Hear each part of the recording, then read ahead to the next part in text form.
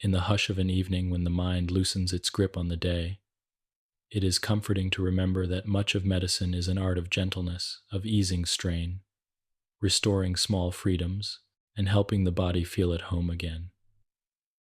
Mechanical limbs belong to this quiet craft. They are not symbols of spectacle or speed. They are instruments of steadiness. They return the ability to hold a warm mug, to fasten a button, to stand and sway with balance while listening to rain. In this calm opening, we will linger with the promise that guides the field, the promise of repair that is unhurried, respectful, and shaped around the person who wears the device. The language will be simple, the pace unforced, as if we are settling into a chair and letting the story of healing unfold at the tempo of a resting breath. When people speak of prosthetic and supportive limbs, they are speaking of tools designed to share the work of everyday life. Some are passive and sturdy, relying on thoughtful geometry and resilient materials to hold and bear weight. Some are responsive, listening to small electrical murmurs and residual muscles and translating those signals into measured motion. Each choice on this spectrum reflects a personal rhythm of living. A commuter might choose a foot that returns a bit of energy, making each step feel quietly springy. The essence is not to chase complexity, but to find the balance where the device helps without drawing attention to itself, where it blends into the day the way a well-fitted shoe or a favorite sweater does present, supportive, almost forgettable. The future of healing in mechanical limbs often looks like refinement rather than revolution. Designers study the body's own solutions, the way tendons glide with low friction, the way joints align to share load, the way skin and soft tissue cushion and signal.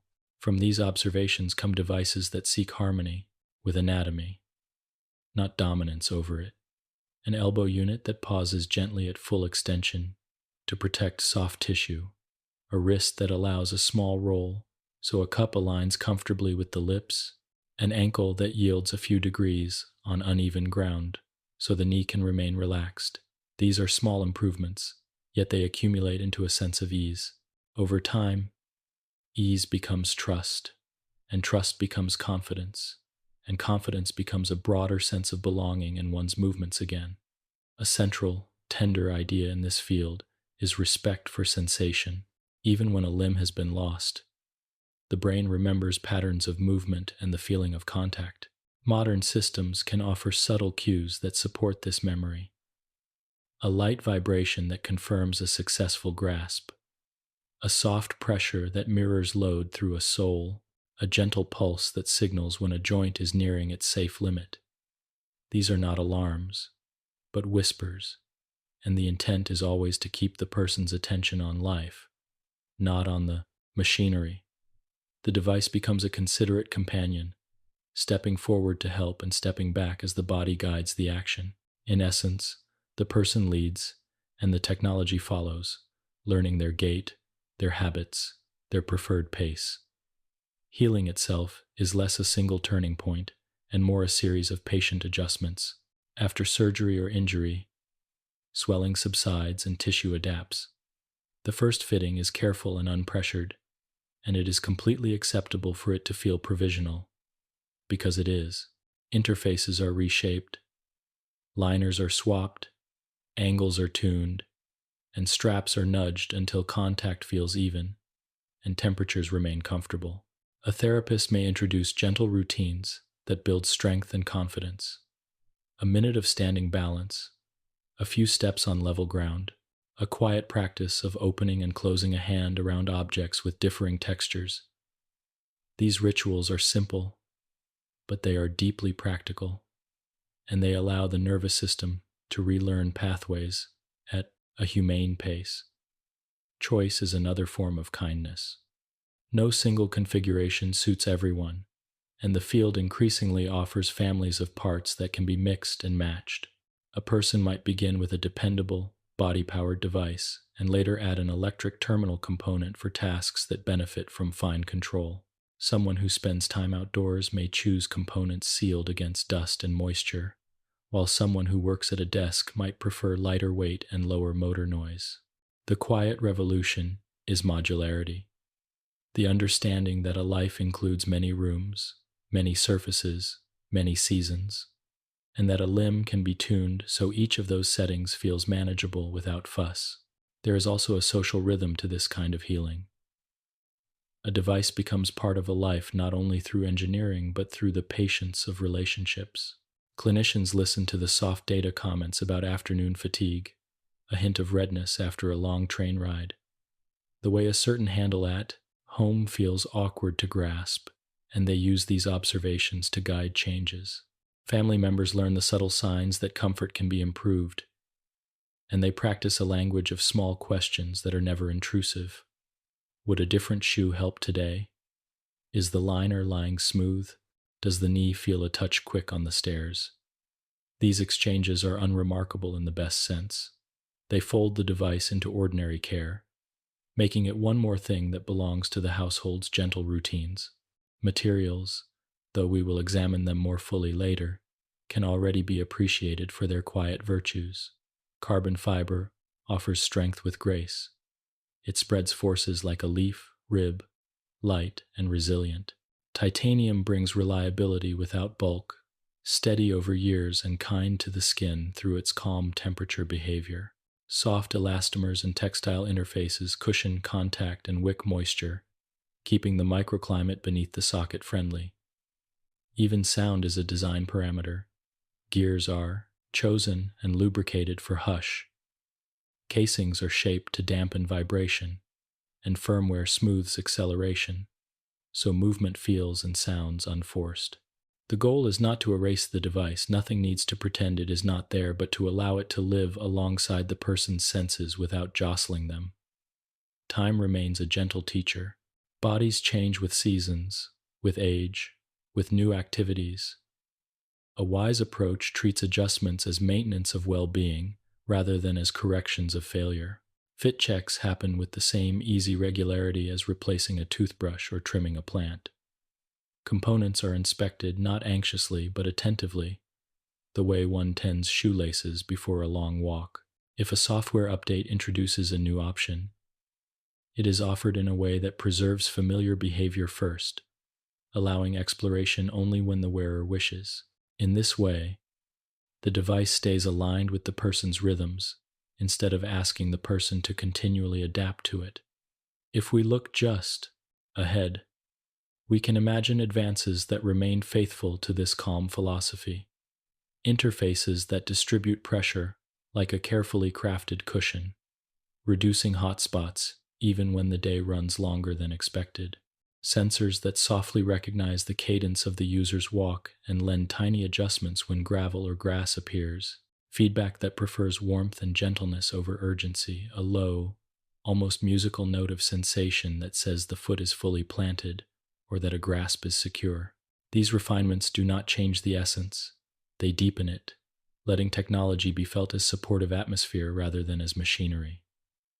A limb is trustworthy when it is ready each morning, when its fit feels predictable, when its behavior is steady on both quiet and busy days. Trust grows from small promises kept, a strap that does not creep, a joint that does not surprise, a battery that lasts as expected, a clinic visit that leads to tangible comfort. With trust, attention returns to the ordinary joys that healing protects. Stirring a pot without fatigue, writing a note with neat letters, pausing mid-walk to feel a breeze on the face. None of this needs to arrive with fanfare. It can arrive the way evening light arrives, gradually, softly, turning edges golden and easy. As we close this opening part, it may help to hold a simple picture in mind. A person rising, fitting their device with practiced movements, and stepping into a day that feels like theirs. The limb is not the center of the story. The person is. The device is a companion that knows how to share the load without asking for attention. Our study will deepen in the parts ahead into anatomy, sensing, interfaces, materials, control, rehabilitation, and the ethics of access. But we will carry this calm premise with us. Mechanical limbs and the future of healing are, at their core, about making room for comfort, steadiness, and quiet confidence. In essence, they are everyday form of kindness made visible. And like all such kindness, they work best when they are simple, reliable, and gently felt. 2. How bodies move. Bones, muscles, and nerves in concert. To understand mechanical limbs with tenderness and clarity, it helps to sit quietly with the living movement they are meant to support. The body moves like a small orchestra that knows its music well. Bones provide a calm architecture. Muscles supply measured pulling forces. Joints guide paths of motion. And nerves act as the soft conductor that keeps the timing unbroken. When all of these parts listen to one another, a simple act such as lifting a cup or taking a step unfolds with ease. In essence, the body follows principles that are steady and kind, and these principles become a gentle blueprint for how supportive devices should feel and behave. The skeleton is our unhurried frame. It is not heavy in spirit. It is practical and reassuring. Long bones like the femur and humerus act as levers, giving distance for muscles to apply force with efficiency. Flat bones shelter delicate organs, and small bones of the wrist and ankle allow the hand and foot to adapt to surfaces and grips with quiet precision. At each joint, shapes meet in ways that allow certain motions, while naturally limiting others. A hinge-like knee favors flexion and extension, while a ball and socket shoulder invites a broad, gentle sweep. Cartilage cushions contact, spreading pressure in a way that respects tissue. Ligaments hold steady, not by absolute rigidity, but through firm, elastic restraint. This thoughtful geometry is the first language of motion. Lines, arcs, surfaces, and the soft stops that say, here is a safe boundary. Muscles speak the second language, a language of controlled pulling. Each muscle is made of many tiny fibers that shorten in unison when asked, and relax in unison when the task is done. The pattern is never frantic. It is orderly. A movement that looks single is in fact a sequence. To raise the arm, some muscles initiate, others assist, and others stabilize so the shoulder blade glides smoothly against the rib cage. In walking, the hip extends, the knee unbends, the ankle pushes off. Antagonist pairs like the biceps and triceps cooperate by taking turns, one shortening while the other yields.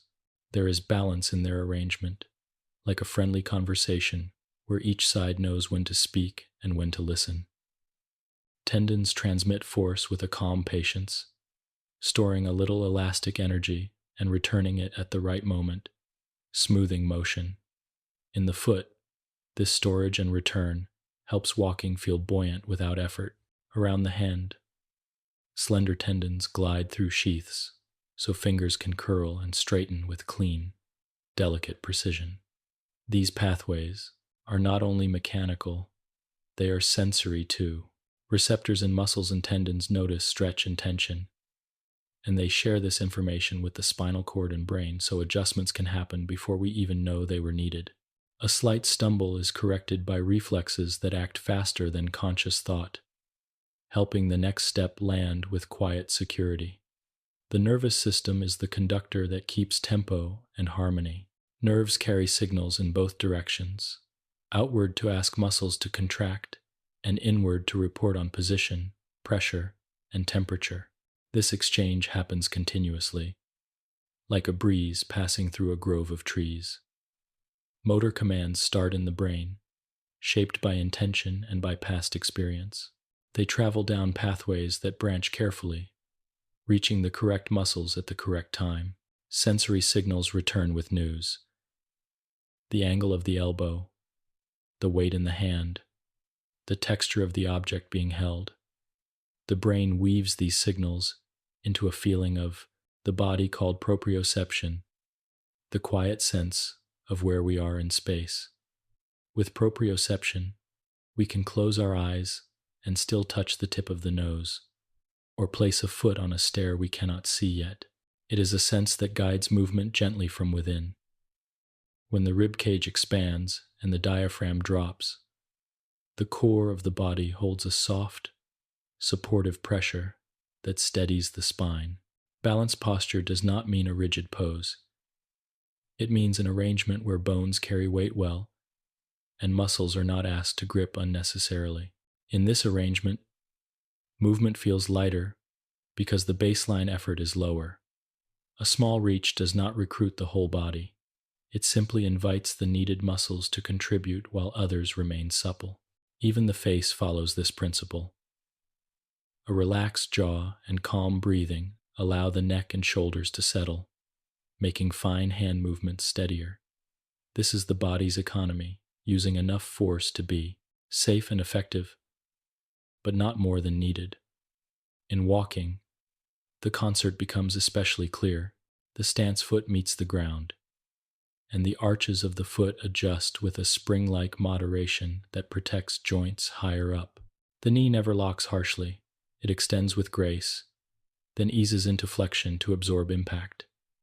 The hip extends like a pendulum that has learned to time its swing to the length of the leg and the speed of the stride. Meanwhile, the arms sway counter to the legs, a simple movement that dampens rotation and keeps the trunk quiet and comfortable. The head remains level so vision stays smooth, and tiny muscles in the neck make gentle corrections to protect balance. Each step is a cycle, and the cycles link, creating a rhythm that feels like a calm sentence spoken at a moderate pace. Hands and grasping tell another part of the story. The thumb, set at an angle to the fingers, acts like a friendly partner who can meet each finger in turn. A cylindrical grasp, a pinch, a spherical hold around a cup, or a lateral pinch against the side of the index finger. Each is only a small variation in angles and pressure, but each is significant in daily life. Skin adds its quiet expertise. Ridges on the fingertips increase friction. Small shifts in pressure signal when an object is secure. Temperature hints at what materials we are touching. The nervous system listens and adjusts. If the cup begins to slip, grip strength rises gently, not abruptly, and when the cup is safe, the extra effort melts away. Energy is saved, and the hand remains relaxed enough for the next task. These natural arrangements teach principles that guide supportive technology. Levers should be placed where the body expects them, so forces travel along familiar lines. Joints should allow movement in directions that match anatomy, while providing soft limits where tissues would prefer to rest. Materials should return a touch of energy when it is helpful, as tendons do, and dampen vibration when the body would rather not have it. Control should be timely, but not insistent, like a cue offered to a dancer who already knows the steps. In turn, sensory feedback should be informative and calm, mirroring the way the body signals success. A subtle vibration for contact, a light pressure for load, a quiet easing when motion has reached its comfortable end. It is helpful to remember that variability is natural. No two gaits are identical, and even within a single person, walking changes with mood, terrain, and fatigue.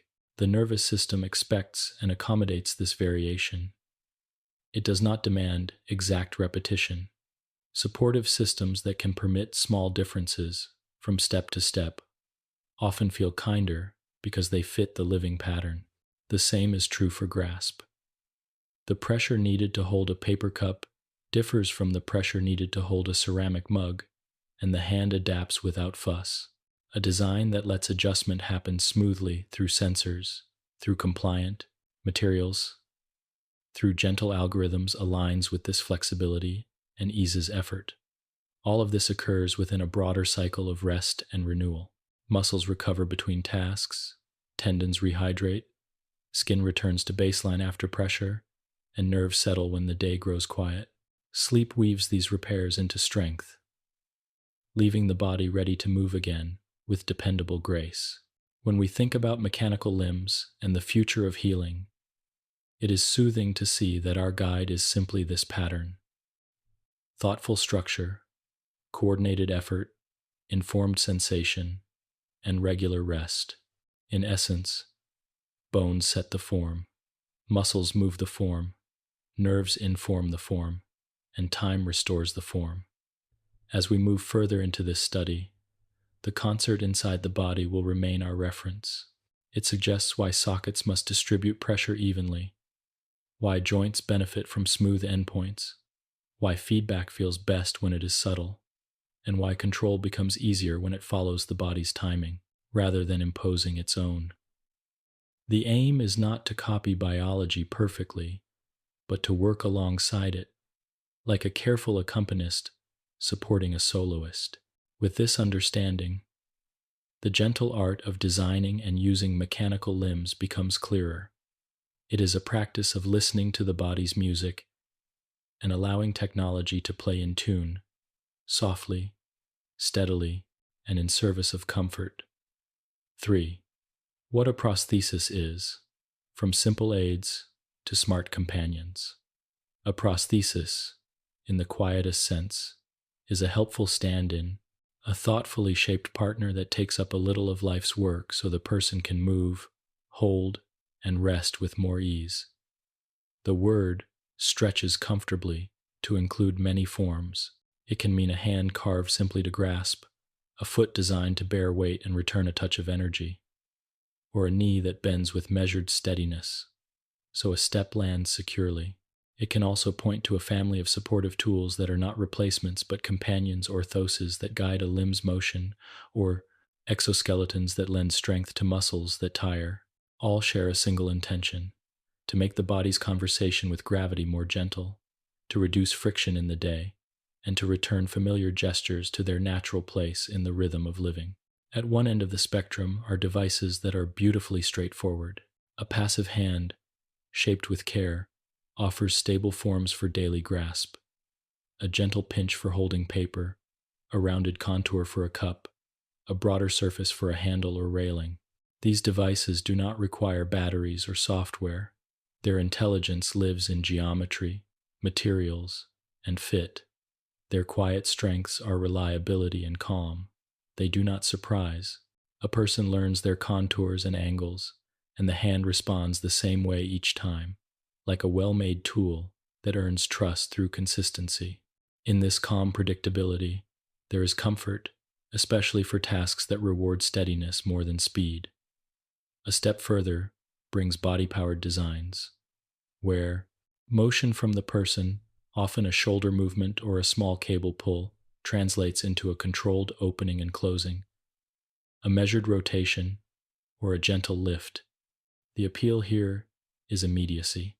The device listens directly to the body and answers without delay, using energy already present in movement. There is a satisfying loop. The person acts, the device responds. Sensation returns through pressure and texture, and the person adjusts in the next moment. This loop, simple and low maintenance, suits lives that prize simplicity and a clear sense of cause and effect. It can be especially soothing for those who prefer to feel control physically rather than through invisible signals. As we drift further along the spectrum, myoelectric devices enter, listening quietly to small electrical patterns in residual muscles. These patterns, gentle as whispers, are detected by soft sensors and interpreted by circuits that translate intention into movement. The hand opens in a smooth arc. The wrist turns with restrained grace. The fingers find a position helpful for the task at hand. The device may offer several grasp patterns, each like a familiar chord: a pinch for delicate objects, a power grasp for a jar, a lateral hold for a key or a card. The promise here is responsiveness without strain, a sense that the device hears intention early and shapes movement so the person can focus on the task rather than the mechanism. With practice, the patterns become second nature, and the hand feels like a quiet collaborator, not a piece of equipment that demands attention. Beyond the end of the limb, prosthetic knees and ankles follow similar principles. Some are mechanical with carefully tuned springs and dampers, offering a dependable rhythm to each step. Others add microprocessors that sense position and speed, then adjust resistance so the knee yields a little on uneven ground or firms up on stairs. The ankle may allow a soft roll to smooth the transition from heel to toe, or it may provide a gentle push that helps the next step begin. The purpose, always, is to support a gait that feels natural enough that the mind can wander to the scenery, the conversation, or a passing thought, rather than hovering over the details of each movement. Orthoses, which support rather than replace, sit comfortably within this broad understanding. A brace for the ankle guides the foot toward a safe, clear path during swing so toes do not catch. A wrist orthosis holds alignment for comfort during repetitive tasks. A spinal orthosis offers a quiet reminder to the trunk to stack and lengthen, so muscles can relax and breathe more easily. These devices do not attempt to do the body's work for it. They offer a framework that lets the body do its work with less effort and less irritation. The feeling is akin to a steady handrail on a gentle staircase, not essential for every step, but reassuring whenever it is needed. Exoskeletons, softly considered, are simply orthoses extended across more of the body with a hint of motor assistance. They share weight with the legs during walking practice, or they lend a measured force to the hip and knee so that standing and stepping become approachable again after illness or injury. The guiding idea remains the same: to do just enough and no more, to bring motion back within reach, and to let the nervous system learn and relearn at a pace that is kind. Across this landscape, fit and interface form the quiet heart of comfort. Whether a device is passive or powered, the place where it meets the body is where trust begins. Liners cushion pressure, textiles wick moisture, edges are rounded and polished, and contact is distributed so no single area grows tired before the rest. Adjustments are small but meaningful, an angle eased by a degree, a strap softened a millimeter, a socket reshaped to accommodate a tender area. None of these refinements is dramatic, yet together they create a sense that the device belongs where it rests, the way a well-fitted shoe seems to disappear after a few minutes of walking. Control, too, finds many forms without asking for spectacle. For some, a single reliable control signal is ideal. A flex that opens the hand, a relax that closes it, a pause that holds. For others, pattern recognition offers a gentle expansion. The system learns 2 or 3 distinct muscle signatures and pairs them with useful actions. The aim is never to turn the person into a pilot of a complex machine. It is to pair choices to those that are naturally felt and often used, so the day flows. When choices need to change, modes can be cycled through in ways that do not interrupt perhaps a soft co-contraction or a brief pause that the system recognizes as a request to switch. Over time, the device becomes a quiet listener, adjusting to the person's way of moving rather than asking the person to adopt its way. Sensation threads through everything, even when true biological sensation cannot be restored. Substitutes can be friendly and informative. A small vibration when contact is secure, a gentle pressure cue when the load is centered, a slight easing of motor resistance when the end of safe range approaches. These signals create a map the mind can read without effort. The best feedback is modest in volume and clear in meaning, like a dim lamp that is always enough to find the path without disturbing the rest of the room. With such cues, users often report a growing sense that the device has a feel, not identical to an anatomical limb, but helpful and steady, which is exactly what daily life asks. It is soothing to notice that maintenance and care also follow this philosophy of gentle sufficiency. Cleaning becomes a small ritual, quick and satisfying. Batteries, where present, are charged with the same rhythm as a phone or a watch. Screws and straps are checked at intervals that soon feel ordinary. Firmware, if it exists, because change is available. In this way, the device remains a companion rather than a project, allowing energy to be saved for the activities that bring ease, purpose, and quiet pleasure. From simple aids to smart companions, prostheses and their supportive cousins form an ecosystem designed around human comfort. The choices are not a ladder of good, better, best. They are a palette. A person may select a calm, passive hand and keep it for years because it suits their work and temperament. Another may combine a microprocessor knee with a compliant foot because the blend offers confident walking on varied ground. A third may use an exoskeleton for therapy sessions and a pair of soft orthoses for daily activities. Each arrangement is valid because each serves a different life. In this variety lies the future's promise. Not that devices will become louder or more complex, but that they will become more personal, more repairable, and more attuned to the body's pace. At the end of the ESMAR day, a prosthesis is most simply a neighbor to the body, a considerate one. It helps carry weight, shapes motion, and returns attention to the small joys that healing protects. Whether carved in quiet curves or guided by tiny circuits, its task is the same: to stand beside a person and say, in effect, "Let's do this together," gently. As we continue our calm study, we will keep this view close. Understanding expands, features come and go, but the essential purpose of these devices remains constant: to blend into the background of a life, reliable and steady, so that the foreground can be filled with ease. 4. Sensing the body, myoelectric signals, and residual muscles. The body speaks in electricity so gentle it could be mistaken for silence. Beneath the skin, when a person thinks about opening a hand or flexing a wrist that is no longer there, small currents still ripple in the muscles that remain. These signals, called myoelectric signals, are not loud. They are like the faint shimmer of wind over grass. Yet, with patient listening, they can be heard, and with careful translation, they can become motion. This is the calm promise of myoelectric control: to listen to the body's quiet language and let a device respond in kind. So, intention is met by movement without fuss or strain. At the heart of this approach is the residual limb, where muscles continue to live and work even after surgery or injury. Some of these muscles once drove the missing hand or foot, others once stabilized joints.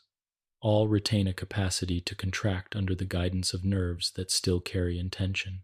When a person imagines a grasp, for example, the relevant muscles may tighten just enough to register at the skin. A sensor placed with tenderness over this area can pick up a small voltage change. The signal rides through a short pathway, electrodes, wires, tiny amplifiers, and arrives at a processor that has been taught to recognize it. The processor does not need drama. It prefers clean, repeated patterns, the way a friend learns to understand a soft-spoken voice in a quiet room. The first step is contact, and contact begins with skin. Good signals depend on a comfortable meeting between electrode and surface. The skin is cleaned gently to remove oils, salt, and small debris that would otherwise sit between the sensor and the muscle's whisper. Sometimes a conductive liner or gel is used to lower resistance, making it easier for small voltages to pass without being muffled. The electrode itself is designed to rest without irritation, its edges smoothed, its pressure distributed so the skin can breathe. Over time, a person and clinician learn the simple rituals that support clarity: a certain pattern of wiping, a certain order of applying liners, a small pause to let everything settle. These unrushed steps form a soothing preparation, like tuning an instrument before playing. Once contact is kind, placement becomes the quiet craft.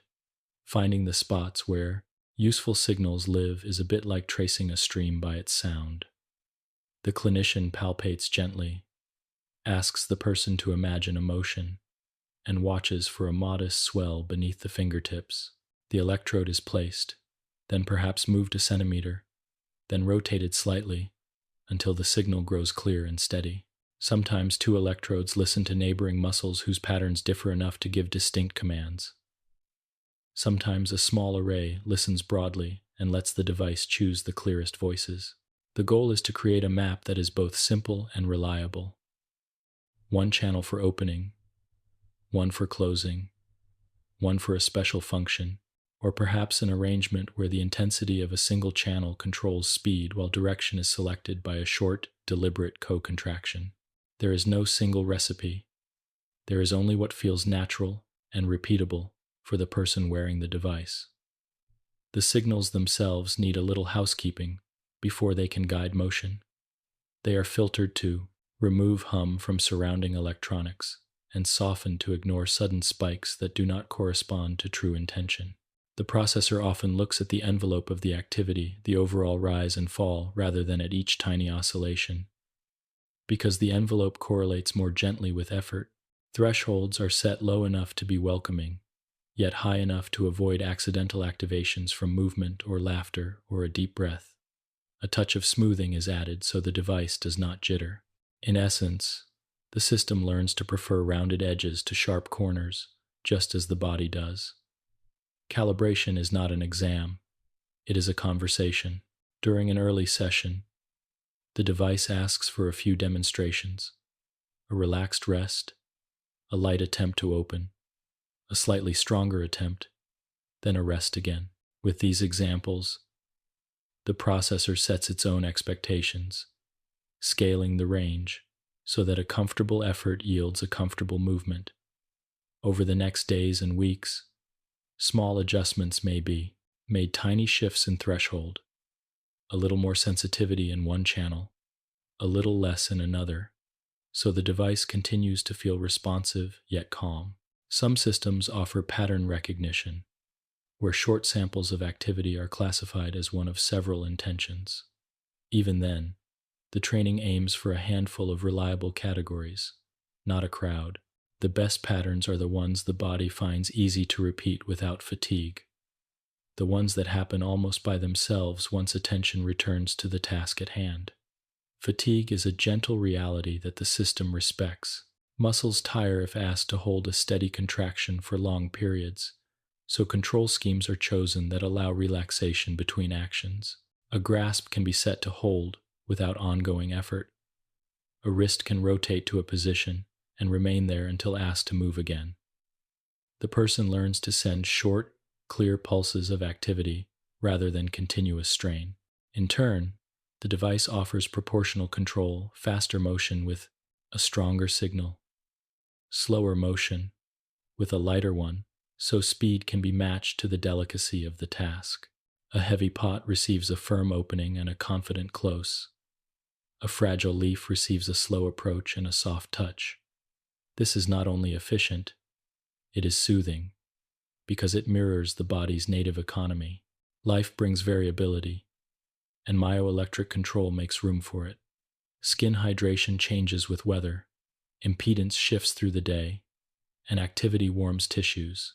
The device accommodates these drifts through small automatic recalibrations or by allowing the user to perform a brief, familiar routine.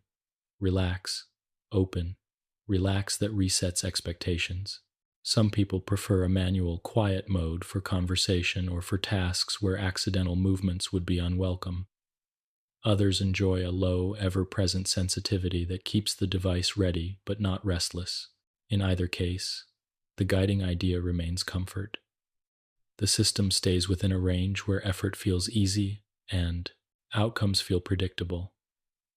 Myoelectric listening does not exist alone. It lives alongside other sources of information. In many designs, sensors in the hand or foot notice contact and motion. When the device feels an object touch the fingertips, it can gently reduce speed so the approach is not abrupt. When load rises, it can add just enough grip to prevent slip, then ease back to avoid overpressure. These small behaviors support the person's intention without asking them to manage every detail, the way a well-trained bicycle keeps itself upright once it is rolling. In the background, limits protect joints and motors. Movements slow as safe ranges are approached. Stops are cushioned, so the experience remains smooth. Occasionally, the path to clearer control is prepared by surgery that reroutes nerves to new muscle sites, a topic we will explore with care later. For now, it is enough to note that myoelectric systems are comfortable with what the body offers in the present. They can thrive on signals from small remaining muscles, especially when the mapping between intention and motion is kept thoughtfully simple. Over months, many users report that the act of thinking about movement becomes quieter still. Instead of consciously doing a command, they simply think about the task, turning a page, steadying a bag, tying a loose string, and the device follows. The loop shortens. The conversation becomes familiar. Care for skin and soft tissues weaves through all of this. Gentle cleaning, liners that manage moisture, breaks that allow the skin to breathe, and attention to any redness that lingers. These habits keep the interface friendly. When sweat is expected on warm days, during active errands, the person might carry a soft cloth or a spare liner, making small swaps that keep signals crisp and skin content. None of this is burdensome when it is folded into routine, the way one might check glasses for smudges or take a sip of water before speaking. Trust, as always, grows from small promises kept each day. The signal that was there yesterday is there today. The grasp that was gentle yesterday is gentle again. The device powers on with a quiet readiness. It powers off without complaint. If a battery is involved, it charges in the familiar rhythm of a phone at night.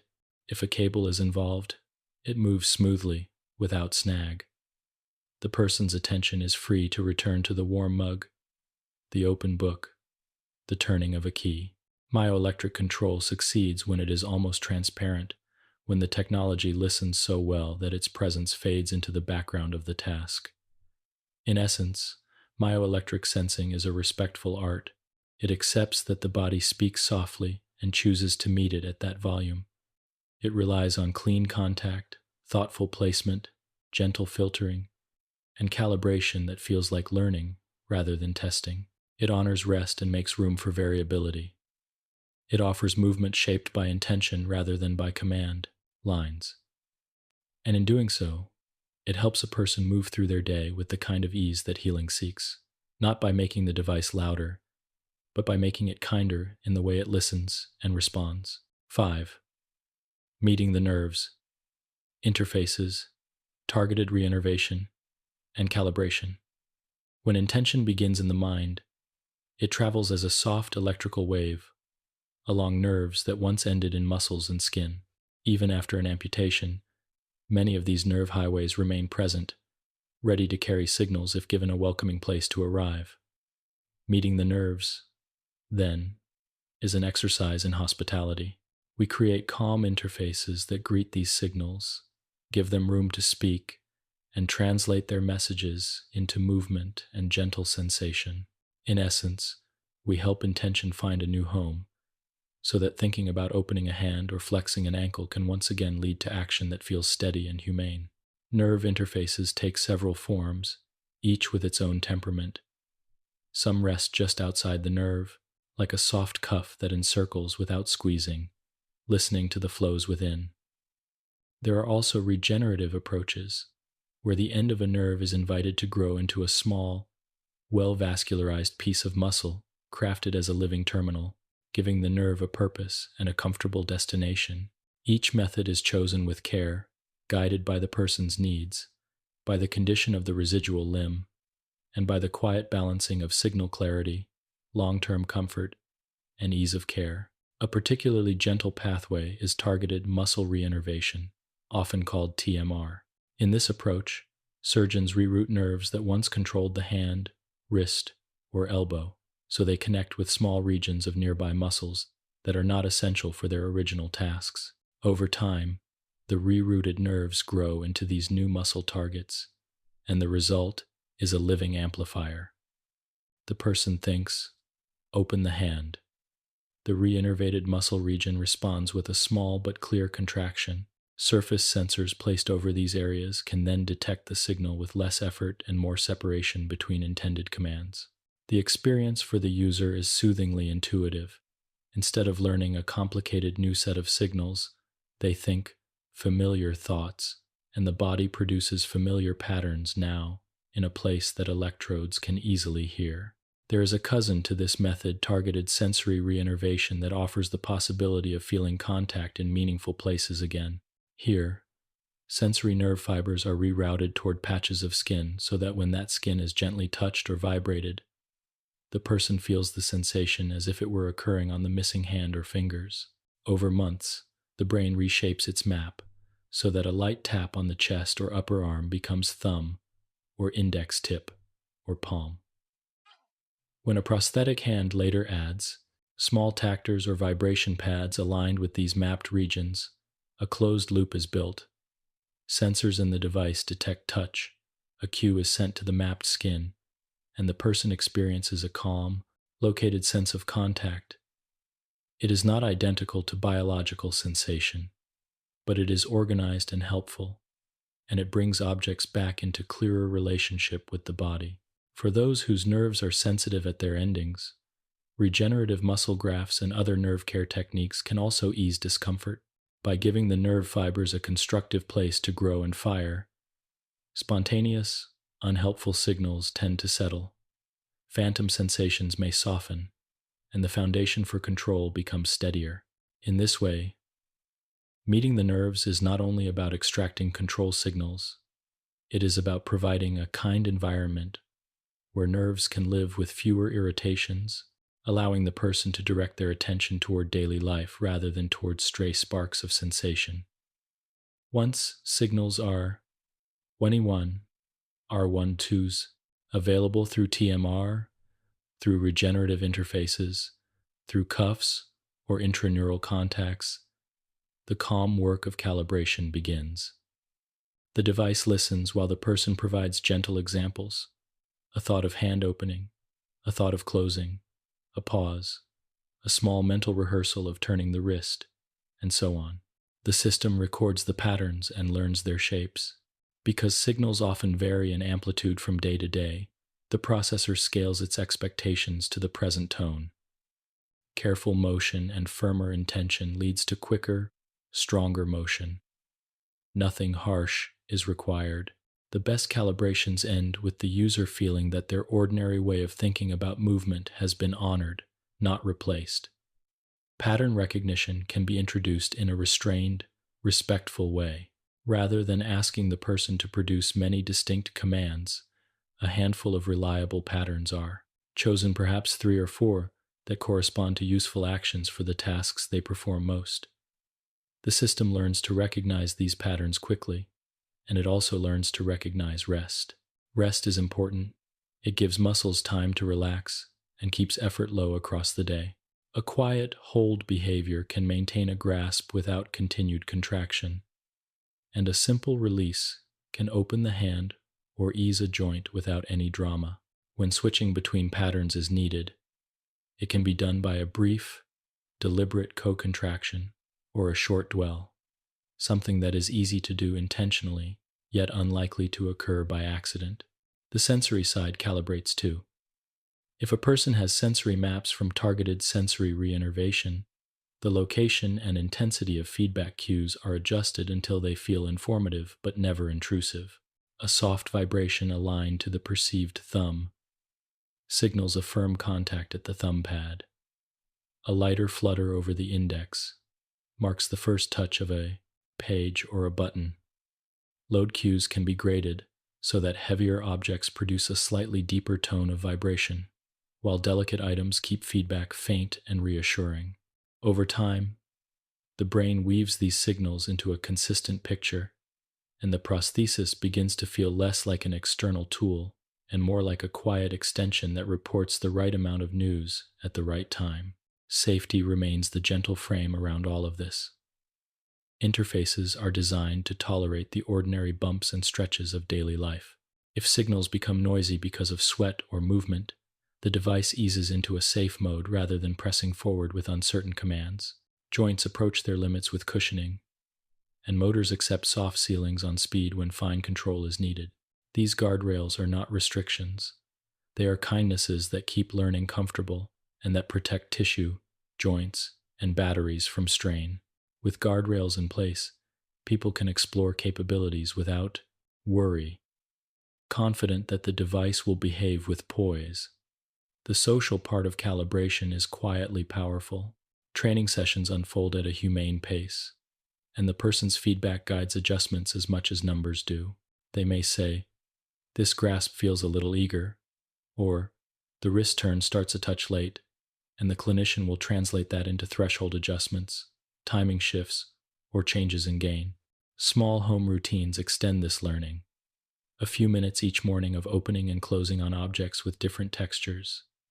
A brief practice of stepping onto varied surfaces to let an ankle learn the day's shoes. None of this needs to be long. Like watering a plant, short and regular attention keeps the system healthy. Over weeks and months, the nervous system itself participates in the calibration. Motor areas in the brain strengthen connections to the reinnervated muscle regions, and sensory maps refine until the cues feel less like signals and more like natural hints.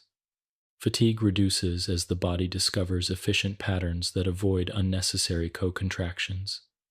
People often describe a moment when effort drops away and the device simply comes along with their intention. That moment is the quiet goal of meeting the nerves. A partnership where technology is present but not insistent. It is soothing to realize that none of these advances discard the basics. Comfortable fit still matters. Skin care still matters. Battery habits, cleaning, and gentle inspections still matter.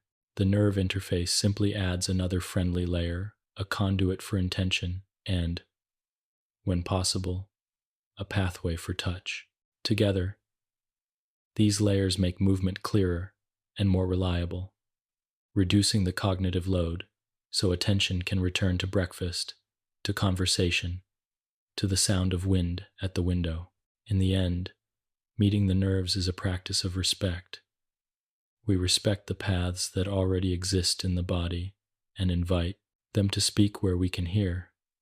We respect the need for sensation and offer it back in well-organized, low-volume ways. We respect the mind's pace of learning and set systems that adapt rather than insist. And we respect comfort, placing it ahead of spectacle, trusting that durable ease builds the kind of confidence that healing loves.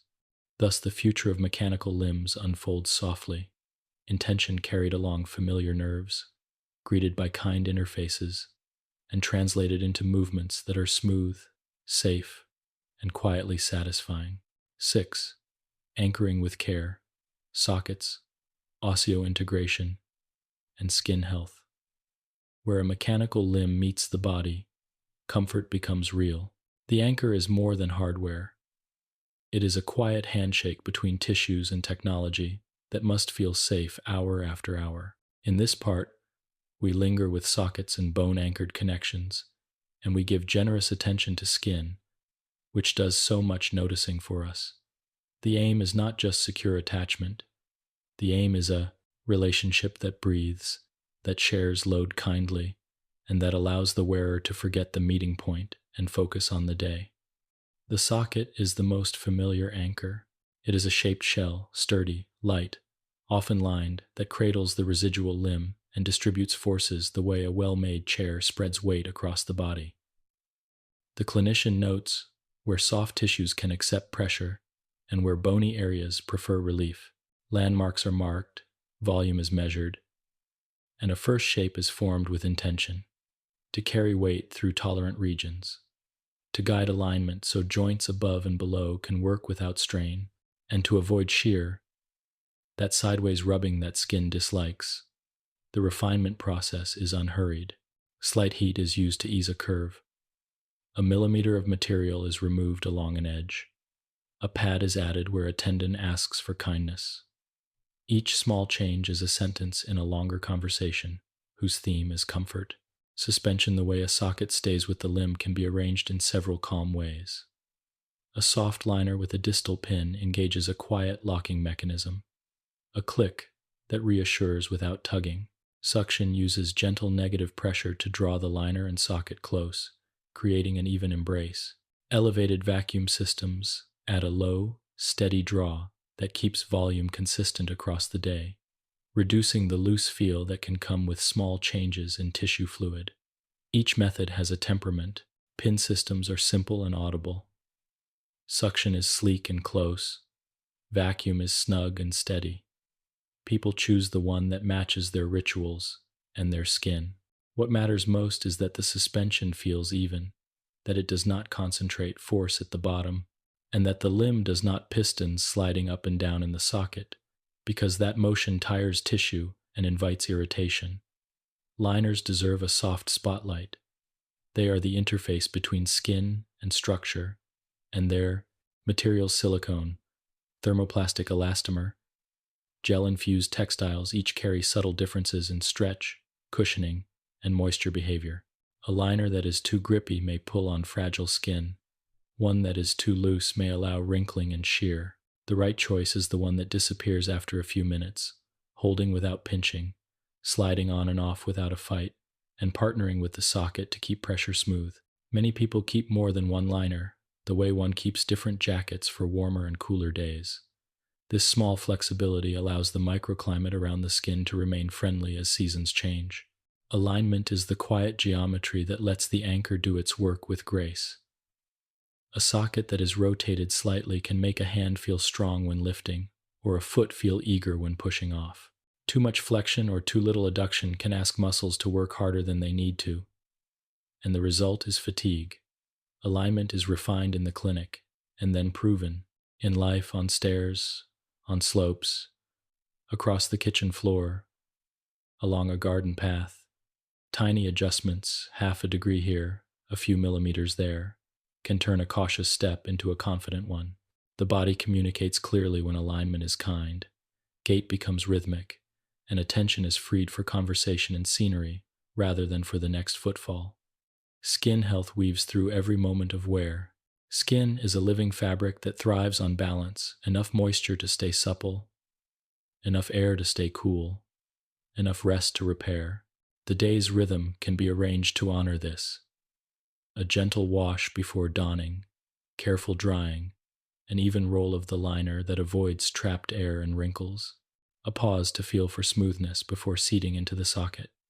During the day, short breaks let heat disperse and circulation brighten. In the evening, the liner is rinsed, the socket wiped, and the skin inspected in calm light. Areas of redness that fade within minutes are common. Spots that stay red, warm, or tender ask for attention. A soft balm may soothe dryness. A different sock ply or a modest shim may solve a pressure point. These are small, domestic acts of care that accumulate into resilience. Volume changes are natural. Warm weather, salty meals, longer periods on the feet all can swell tissues slightly, altering the fit. Cooler days or quieter routines may do the opposite. The socket system can meet these changes with simple tools. Socks of different thicknesses, minor valve adjustments in suction, controller settings in vacuum. The person becomes an expert in their own limb's rhythms, adding a sock in the afternoon, removing it in the evening, letting the fit stay within the gentle window where skin is neither compressed too tightly nor allowed to swim. There is no drama here, only attention. The same kind of attention one gives to lacing shoes snugly before a walk. For some, a different anchoring path, osseointegration, offers a serene alternative. In this approach, a titanium implant is placed within the bone, and over time, bone grows intimately around it. A percutaneous abutment then connects the internal implant to the external prosthesis, allowing the device to attach directly without a socket. The feeling is distinct. Weight travels through the skeleton in a way that can feel natural and clear. There is often a heightened sense of where the limb is in space, because vibration and load transmit through bone rather than through layers of soft tissue. Donning is simplified. There is no liner to roll, no socket to seat, only a clean connection and a secure click. Osseointegration comes with its own rituals of care. The skin around the abutment, where the implant meets the outside world, needs gentle, regular hygiene. Washing with mild soap, keeping the area dry, and attending quickly to any redness or discharge preserves harmony. The bone implant connection appreciates gradual loading. Walking distance increases with patience, so tissues can adapt just as they would to a new exercise routine. The benefits can be quietly profound. Freedom from socket-related skin issues, steadier volume across seasons, and a more direct transfer of energy during walking. Yet the approach is not for everyone. A history of certain medical conditions, lifestyle factors, or preferences about maintenance may tilt the choice back toward a well-fitted socket. What matters most is shared decision-making, with time to consider options and to imagine daily life with each anchor. Whether the anchor is a socket or bone, the language of load remains the same. Loads prefer to spread. When walking, forces rise and fall like a tide. The anchor's task is to cushion the peaks and support the troughs, so tissues never feel cornered. When holding weight with the upper limb, torque tries to twist. The anchor answers by embracing a broader area or by aligning components, so forces travel in lines bones like to bear.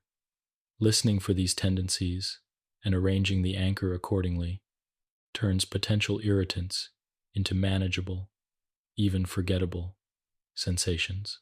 Donning and doffing are moments that deserve slowness. A steady roll of the liner from tip to base avoids trapped air and folded edges. A gentle shake settles soft tissues before suction is set. In a pinlock system, a small upward and downward motion helps the pin find its path without scraping. At day's end, removal proceeds in reverse, with a pause for the skin to breathe. These motions become choreography, a little dance learned by muscle memory. When done with care, they set up the day's comfort and prevent the small misalignments that grow into hot spots. Temperature and sound live in the background but matter more than we might think. Warmth builds within closed spaces, and heat can fatigue skin. Light, breathable textiles, and sensible wear and rest cycles keep the microclimate friendly. Sound, too, shapes peace of mind. A socket that creaks can call attention to itself. Small adjustments at interfaces, a dab of appropriate lubricant where allowed, or a change in components can restore quiet. The goal is not absolute silence, but a soundscape that feels normal, so the device recedes into the general hush of daily life. Regular reviews complete the picture. A scheduled visit to the clinic is an invitation to fine-tune. Weight changes, new activities, or changes in footwear can be translated into alignment tweaks, socket reliefs, or component updates. People sometimes worry that asking for adjustments is a sign of trouble. In truth, it is a sign of good stewardship. Bodies change, and anchors that adapt stay comfortable longer. Between visits, small self-checks, skin, look, fit, feel, suspension, consistency, maintain steady confidence. In the end, anchoring with care is about partnership. The body offers its structures, bone, muscle, skin, and technology offers its structures, socket, liner, implant. Where they meet, we choose gentleness. We distribute forces, respect surfaces, and leave room for breath and blood to circulate. We clean, we dry, we check, we rest. Over time, the anchor becomes a familiar, friendly thing, like a railing one barely notices until it is needed. With that steadiness, the mechanical limb can do what it was meant to do: support motion without asking for attention, leaving the wearer free to enjoy the quiet center of the day. 7. Materials that serve: carbon fiber, titanium, and soft robotics. Materials shape the character of a mechanical limb, the way wood, strings, and varnish shape the voice of a violin. Their choices are quiet but decisive, setting weight, warmth, resilience, and sound. In a calm, well-made device, materials do not call attention to themselves. They cooperate. Carbon fibers share load along graceful lines. Titanium holds threads and joints with unfussy strength. and soft elastomers cushion skin and transmit gentle signals. Around them, textiles wick moisture, coatings ease friction, and small fasteners secure everything with a patient logic. When the pallet is chosen with care, the whole assembly feels lighter than the sum of its parts. Carbon fiber composites are the familiar backbone of many prosthetic feet and structural components. They are made from thin sheets of carbon fibers laid in specific orientations and set in a resin that holds them. The fibers are strongest along their length, so designers arrange them like the grain in a leaf, placing strength along paths where forces flow during walking and standing. This tailoring is a gentle advantage. The foot can store a little energy during loading and return it during push-off, not with a snap, but with a measured spring that makes steps feel even. In upper limb components, carbon plates provide stiffness where precision is needed, and compliance where a touch of flex keeps contact comfortable. The material surface, often finished with a matte texture, resists small nicks and cleans easily, supporting the quiet maintenance routine that suits daily life. Titanium has a different temperament, calm, steady, corrosion-resistant. It holds threads that are opened and closed many times without complaint, and it sits comfortably against the skin because it does not rust or shed irritating residues. In weight-bearing pylons, adapters, and small structural parts, titanium is the trusted friend that simply does not fail without long warning.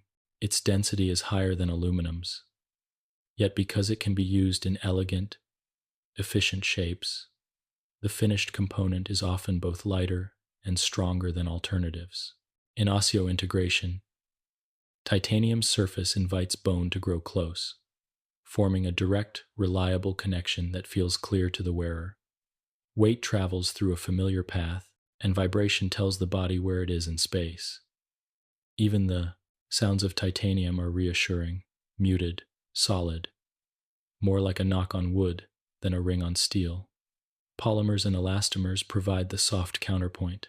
Liners formed from silicone or thermoplastic elastomer distribute pressure, gently conforming to contours that would otherwise press and rub. Some formulations include gel pads placed where bones lie close to the surface, turning sharp contact into broad support. Textile coverings breathe and wick, keeping the microclimate beneath the socket friendly. In the hand, compliant finger pads grip with less force because the surface deforms to meet an object, increasing contact area the way a soft eraser meets paper. These materials have their own durability, measured not only in years but in how they age day to day, how they return to shape after compression, how they tolerate heat and soap, how they feel against skin that perspires in summer and dries in winter. The best are unremarkable in the nicest way. They do their job and then step aside. Aluminum, stainless steel, and engineered plastics round out the quiet cast. Aluminum brings lightness where thick sections are needed for shape, responding well to protective anodizing that resists scratches. Stainless steel offers robust threads and pins where shock loads might occur, its density welcomed in small quantities where a touch of mass dampens vibration. High-performance plastics, like reinforced nylon or acetal, serve as bushings, housings, and covers, sliding smoothly, insulating against cold touch in winter, and contributing to the hush of movement by preventing small rattles. These plastics often allow parts to be made in clean, interlocking shapes that are easy to replace in the clinic, supporting a philosophy of repair rather than discard. Soft robotics blends materials and motion into a gentle choreography. Instead of rigid hinges and gears, soft actuators use the bending of silicone chambers, the stretching of textile-reinforced bladders, or the curling of thin shape memory alloys to produce movement that yields before it resists. Air or fluid pressure can inflate a channel to wrap a hand softly around a fruit, or a fabric muscle can shorten to help lift a forearm without hard edges or loud motors. The charm here is compliance. When a soft element meets an unexpected obstacle, it gives a little, which makes accidents less likely and contact kinder. These systems are still evolving, but their direction suits a sleep-friendly philosophy of technology. Quiet, forgiving, and interested in harmony with the body's own softness. Within each material choice lies a conversation about sound and temperature. Carbon composites, when shaped well, move with a subdued spring. When shaped poorly, they can click or creak. Titanium feels neutral to the skin, warming quickly and avoiding the sharp chill that can make morning donning unpleasant.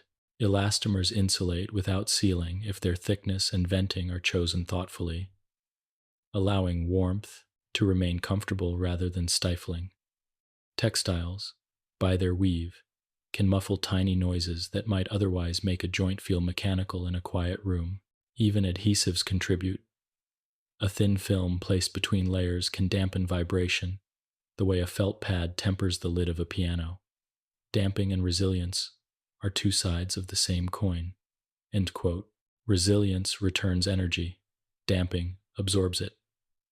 A comfortable gait needs both enough resilience to feel lively, enough damping to keep motion from rebounding sharply. Designers mix materials to strike this balance, perhaps pairing a springy carbon foot with a midsole of elastomer that levels out the peaks, or adding small viscoelastic pads at endpoints so joints arrive rather than stop. In the hand, compliant pads inside the fingertips act as microshock absorbers, preventing a pen from buzzing against plastic and thus making writing more pleasant. None of these choices are large on their own, yet together they build a sensation of steadiness that reduces mental effort. Weather asks materials to show their character. Sunlight brings ultraviolet exposure. Rain introduces moisture. Winter brings cold that stiffens some polymers and expands metal by a whisper. Good designs anticipate this and select resins with UV stabilizers, seals that keep dust and water from intruding, and greases that stay smooth in a range of temperatures. Covers that resist abrasion make kneeling in a garden or resting a device against a workbench unremarkable events. The message to the wearer is simple: go ahead and live. Wipe, rinse, dry, and the device returns to readiness without drama. Manufacturing methods shape outcomes as much as material lists do. Layering carbon by hand allows custom fiber orientation that follows a person's gait. Forging titanium aligns its grain for better fatigue resistance in slender connectors. Precision machining creates threads that mate smoothly and repeatably. Additive manufacturing, careful 3D printing can produce lattice structures that are light and strong, or complex. Comfortable socket shapes that follow anatomy faithfully while leaving generous ventilation. The maturity of a method shows in the feel of edges, the flushness of joins, the absence of burrs, and the way fasteners seat without crosstalk. These subtleties become comfort that lasts for years. Repairability is a kind of kindness. Materials that can be relaminated, rebonded, or replaced without discarding the whole assembly support calm stewardship. Standardized interfaces let a worn foot be swapped for a fresh one, or a hand shell be replaced after scuffs, without disturbing alignment. Clinics that stock common screws, bushings, and liners turn a morning visit into an afternoon of comfort restored.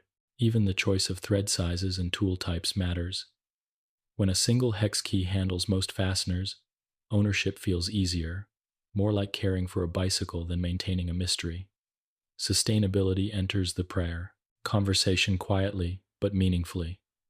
Long-lived parts reduce waste by simply not wearing out quickly. Liners made with durable, skin-friendly compounds that resist tearing and odor extend their own useful life, needing fewer replacements. Packaging that is minimal, instructions that emphasize repair, and take-back programs for end-of-life components gradually build a gentler footprint. None of this needs slogans. It shows itself in the steady rhythm of service intervals that are measured in years rather than months. Safety, in the context of materials, is reliability over time. Fatigue resistance prevents small cracks from becoming big ones in parts that flex repeatedly. Corrosion resistance keeps threads and springs cooperative even after exposure to sweat and rain. Biocompatibility avoids skin reactions and deep tissue irritation. Fire retardant materials in chargers and insulated housings around batteries guard against the rare but serious risks of heat and short circuits. Transparent ratings and honest limits carrying capacity, water exposure, temperature range allow people to match devices sensibly to their lives, avoiding surprises and preserving peace of mind. All of these choices, fiber directions, alloys, polymers, textures are not about making devices impressive. They are about making them companionable. A comfortable limb feels like a respectful presence. It weighs little in the hand yet supports much in the day. It tolerates the ordinary bumps of kitchens and sidewalks and lifts and buses. It accepts cleaning with soap and water and dries without fuss. It responds to screws turned gently, liners rolled evenly, batteries topped off overnight. It lasts, not because it is indestructible, but because it is well considered and easy to tend. In the end, materials that serve are materials that listen. They listen to forces and shape them into rounded waves. They listen to skin and offer surfaces that are kind. They listen to sound and dampen it to a hush. They listen to time and accept that years will pass, that parts will be replaced. That comfort is a moving target reached again and again by small, thoughtful adjustments. Carbon fiber, titanium, and the soft families of elastomers and textiles, and now the supple newcomers of soft robotics form a gentle ensemble. Together they make a device that moves with the body rather than against it, and that lets the person return their attention to the simple, restful pleasures that healing protects. 8. Motion made gentle. Actuators, springs, and energy. Return motion, in a well-loved, prosthetic, or assistive limb, should feel like water poured from one vessel to another, steady, quiet, and shaped by the container it moves through. The pieces that make this possible are modest and practical. Actuators that convert small stores of energy into work, springs that gather and give back force with a measured grace, and dampers that soften peaks so nothing startles the body. Together they form a temperament, not just a mechanism. When each part is tuned to the person rather than to spectacle, the result is movement that supports confidence and lets attention drift to the task, the conversation, or the evening light at the window. Actuators sit at the center of this story like calm engines. In many devices, they are quiet electric motors, often brushless, chosen for efficiency and long life. A motor by itself spins. To become useful, it needs a way to shape that spin into torque and speed that match the joint. Gear trains do this shaping, sometimes with a compact planetary arrangement, sometimes with a harmonic drive that trades a little elasticity for smooth, high reduction in a small space. The goal is not raw power. It is appropriate power delivered predictably. For a wrist, that might mean low torque and fine control. For an ankle, it might mean a modest burst at push-off, followed by an easy coast that wastes nothing. Backdrive ability, the ability to be moved from the outside, matters too, because it allows the device to yield when the body leads and to follow when a stumble needs a quick, forgiving response. Between motor and joint, designers often add a cushion, a compliant element that protects both the person and the mechanism from sharp changes. This is the principle behind series elastic actuation, where a spring sits in line with the motor. The spring deflects slightly under load, storing a bit of energy and letting the control system feel force through the deflection. The experience for the wearer is subtle but important. When a hand meets an object, the grip firms without suddenness. When a foot lands, the ankle shares the impact rather than passing it on unfiltered. Even small degrees of compliance, when placed thoughtfully, turn movement from discrete steps into a continuous curve that is easier on joints and nerves alike. Hydraulic and pneumatic elements have their own gentle voice. Fluid flowing through valves can resist motion in a way that depends on speed. Slow movements pass easily. Fast movements meet more resistance. This property suits knees that must be free during swing, yet protective at heel strike, or ankles that should roll softly on level ground and resist more firmly on slopes. Microhydraulics bring this behavior into compact spaces, paired with small accumulators that store pressure like a breath held and released. Pneumatics, for their part, inflate chambers that bend or straighten with a hush, which is especially friendly in soft robotic components, where yielding before resisting keeps contact kind. These systems ask for careful sealing and simple maintenance routines, and when those are provided, they repay with motion that feels unforced. Springs are the quiet archivists of energy. In a prosthetic foot, carbon laminations flex under load and then return that energy during push-off, smoothing the cycle of walking so the next step begins, with a nudge rather than a heave. In an elbow assist, a compact torsion spring lightens the sense of weight when holding a book or stirring a pot, reducing fatigue without requiring thought. Springs do not need to be dramatic to be helpful. A few degrees of gentle give at the right time can take the edge off repetitive tasks and turn an afternoon of errands from tiring to manageable. The body notices the absence of strain more than it notices the presence of assistance, and that is the definition of good support. Damping completes the trio by absorbing the extra that would otherwise rebound. Viscoelastic pads at end stops keep joints from feeling like they hit a limit. They arrive instead, as if a door closed onto felt instead of into a frame. In knees, variable damping allows a natural swing that shortens or lengthens with cadence without asking the user to micromanage. In hands, a touch of internal damping prevents a pen from buzzing against a rigid shell, making handwriting calmer. Designers combine damping and springs carefully. Too much spring without damping can feel bouncy and tiring. Too much damping without spring can feel heavy and unresponsive. The sweet spot is the sensation that motion has intention but not insistence. Control strategies sit quietly beneath all of this, translating intent into actuator behavior. Torque control asks the joint to provide a certain gentle push, while position control asks it to move toward a particular angle. Impedance control blends the two, creating joints that behave like adjustable springs, soft and compliant when exploration is needed, firmer when support is called for. This is kind to the nervous system because it mirrors how muscles actually behave. Never purely stiff, never purely slack, always tuned to context. With impedance control, a hand that encounters a fragile object yields and wraps. When the same hand lifts a heavier object, its virtual stiffness rises just enough to keep shape. The person does not have to think about these changes.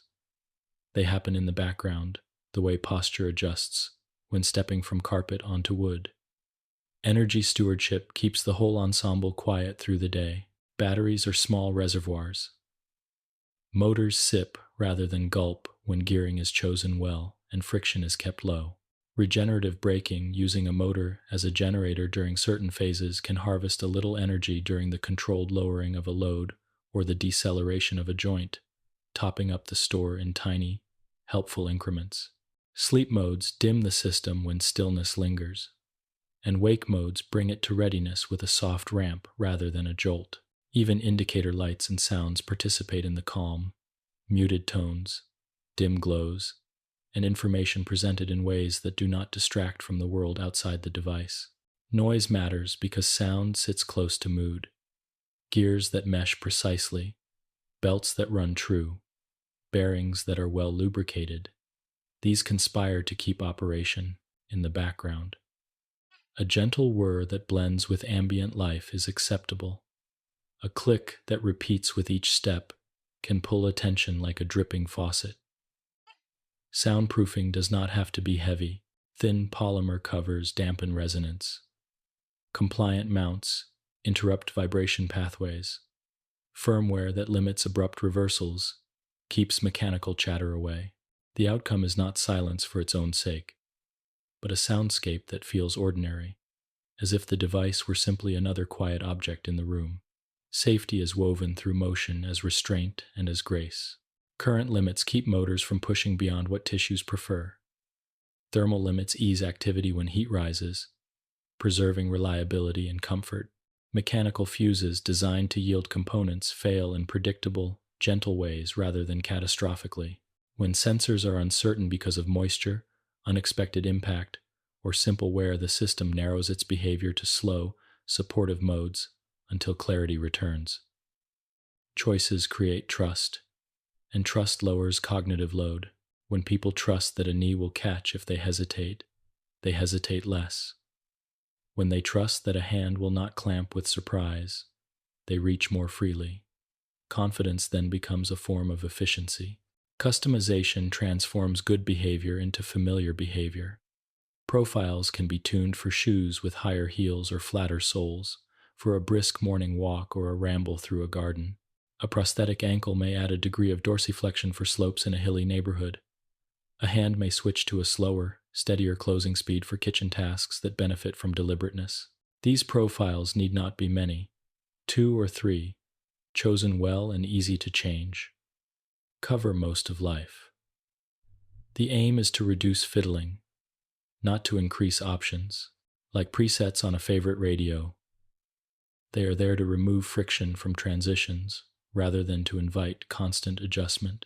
Learning completes the loop between actuator and intention. Over days and weeks, simple adaptation can remember that a person tends to favor a slightly longer step with the left side in late afternoon, or that grasping a mug usually follows a pattern of approach, light contact, and then a firmer close. Without making promises it cannot keep, the system can anticipate these patterns just enough to feel nimble. It may slow a hand's approach the instant a fingertip sensor detects the faintest touch, or it may add a breath of extra push at the end of a stride when cadence suggests a hill. Learning in this quiet sense is not data-hungry or intrusive. It is a respectful smoothing of familiar paths. All of these pieces, motors, gears, springs, fluids, algorithms exist to serve something simpler. The sense that movement belongs to the person using it. When actuators are sized modestly, they do not argue with the body, they follow. When springs are placed wisely, they add liveliness without asking for attention. When damping is tuned kindly, the day's 1,000 small contacts lose their sharp corners. Energy is used thoughtfully and returned when it can be, so devices are ready from morning to night with no surprises. Maintenance remains simple: wipe, check, charge, so routine feels like routine. In the end, motion made gentle is less about parts and more about attitude. It is the decision to value smoothness over speed, stability over show, and predictability over peak performance that nobody needs in a kitchen or on a sidewalk. It is the feeling of a joint arriving rather than stopping, of a hand closing as if it already knows the shape it will meet, of a foot that urges the next step without pushing. With such motion, the limb becomes a companion that understands pace, and the future of healing becomes not louder or brighter, but softer and more faithful to the body's own quiet music. 9. Feeling the world again. Haptic feedback and sensory substitution. Touch is the body's quiet storyteller. It keeps a running account of contact and pressure, of texture and warmth, of where we are in relation to objects that matter. When a mechanical limb joins this story, the aim is not to imitate every detail of biological sensation, but to restore a calm, useful thread of information that helps action feel natural. Haptic feedback and sensory substitution are the tools for this task. They translate events at the device: an object meeting the fingertips, a foot taking load, a joint nearing its comfortable end, into cues the nervous system can read without effort. In essence, they help the world feel present again, organized and friendly, so movement can proceed with confidence and without constant supervision. The most familiar form of haptic feedback is vibration, a small, tunable hum that can be placed where skin listens easily. A quiet motor or linear actuator rests against the mapped thumb or index area, if such maps exist, or simply against a patch of skin that is accessible and comfortable. When the prosthetic sensor detects touch, the actuator offers a brief, distinct buzz. When grip begins to slip, the pattern deepens or quickens. When load reaches a chosen level, the tone settles into a steady, low signal that says, "Enough." The beauty of vibration is its adaptability. Intensity and duration can be adjusted to suit skin that is fresh in the morning or a bit less sensitive in the late afternoon. Over days, the mind learns these patterns as if learning a gentle vocabulary, and soon the buzz does not distract, it informs, then recedes. Pressure cues provide a second, soothing channel. Small inflatable pads or soft pushers can press lightly on the skin to indicate force or position. Because pressure is felt as a stable, grounded contact, it is often perceived as calmer than vibration. A gradual squeeze can mirror increasing grip, helping the wearer match force to the object without overthinking. In lower limbs, a gentle pressure band can signal weight acceptance so that balance feels sure even when eyes are busy or the ground is uneven. The pacing is deliberate. Pressure rises and falls over a second or two, letting the nervous system notice without being startled. When tasks get delicate, threading a needle, picking up a leaf, the cue can be scaled down until only the faintest presence remains, like a soft hand on the shoulder that says, "You're touching, carry on." Skin stretch gives directional information with a surprising clarity. A small pad moves a few millimeters across the skin to suggest that a grasp is tilting or that an object is beginning to rotate within the hand. Because the motion is slow and tiny, it does not tickle or irritate. It nudges. Over time, the wearer associates a particular pull with a particular adjustment. Turn a little counterclockwise. Increase thumb pressure.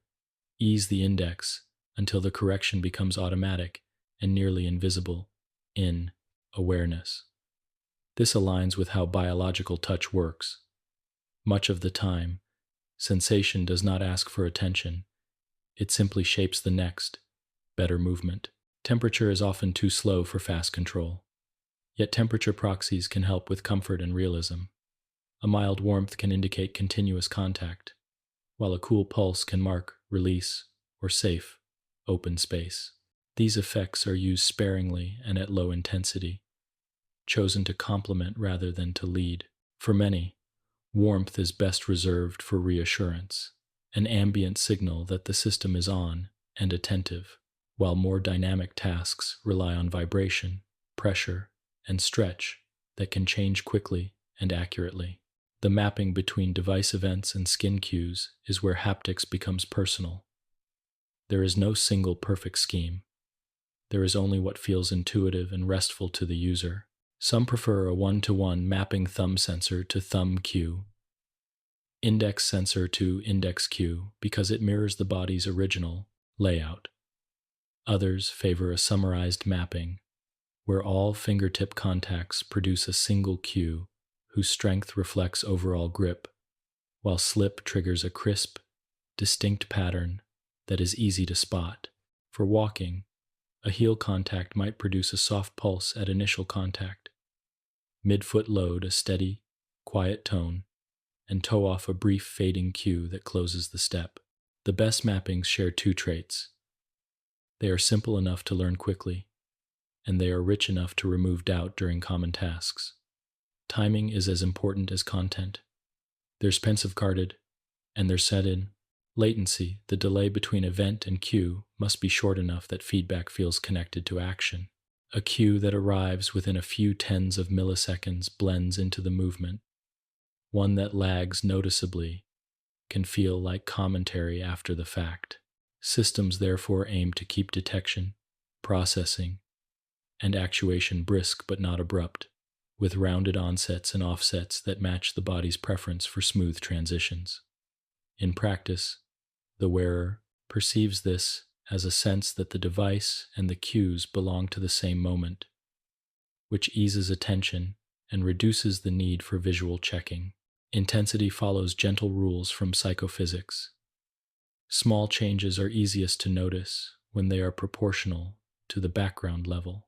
In other words, the step from quiet to slightly less quiet is more recognizable than a jump from quiet to loud and back again. Designers respect this by shaping cues with soft gradients, creating room for several distinct, comfortable levels rather than a single stark difference. People often find 3 or 4 levels sufficient: light touch, secure hold, firm hold, and a too much warning that encourages easing off. Each level feels like a region rather than a knife-edge threshold, so the system remains forgiving during long days when sensitivity varies. Training with haptics is most effective when it is woven into ordinary tasks. A morning routine might include lifting 3 objects: a tissue box, a book, a pot filled halfway with water, while noticing how the cue grows with weight and slackens at rest. A few minutes could be spent practicing starts and stops on different floor textures, letting the foot signals teach when weight truly transfers. Short, playful exercises with small beads or cards reveal how slip cues feel and how small increases in grip prevent loss without crushing. These rituals are brief and calm, like tuning a musical instrument before playing, and they build a durable familiarity that carries through the day. Sensory substitution. The art of sending one kind of information through a different sensory channel extends haptics gently. An audio tone, played so softly it is barely there, can indicate battery state or mode changes without crowding the tactile channel. A tiny visual icon on a wrist display can confirm that a grasp preset has changed, leaving the skin free to focus on contact. For some, these non-tactile aids are useful in the beginning and can later be reduced as confidence grows. Substitution is not a crutch. It is a ramp, and good ramps can be removed once the threshold is easy to cross.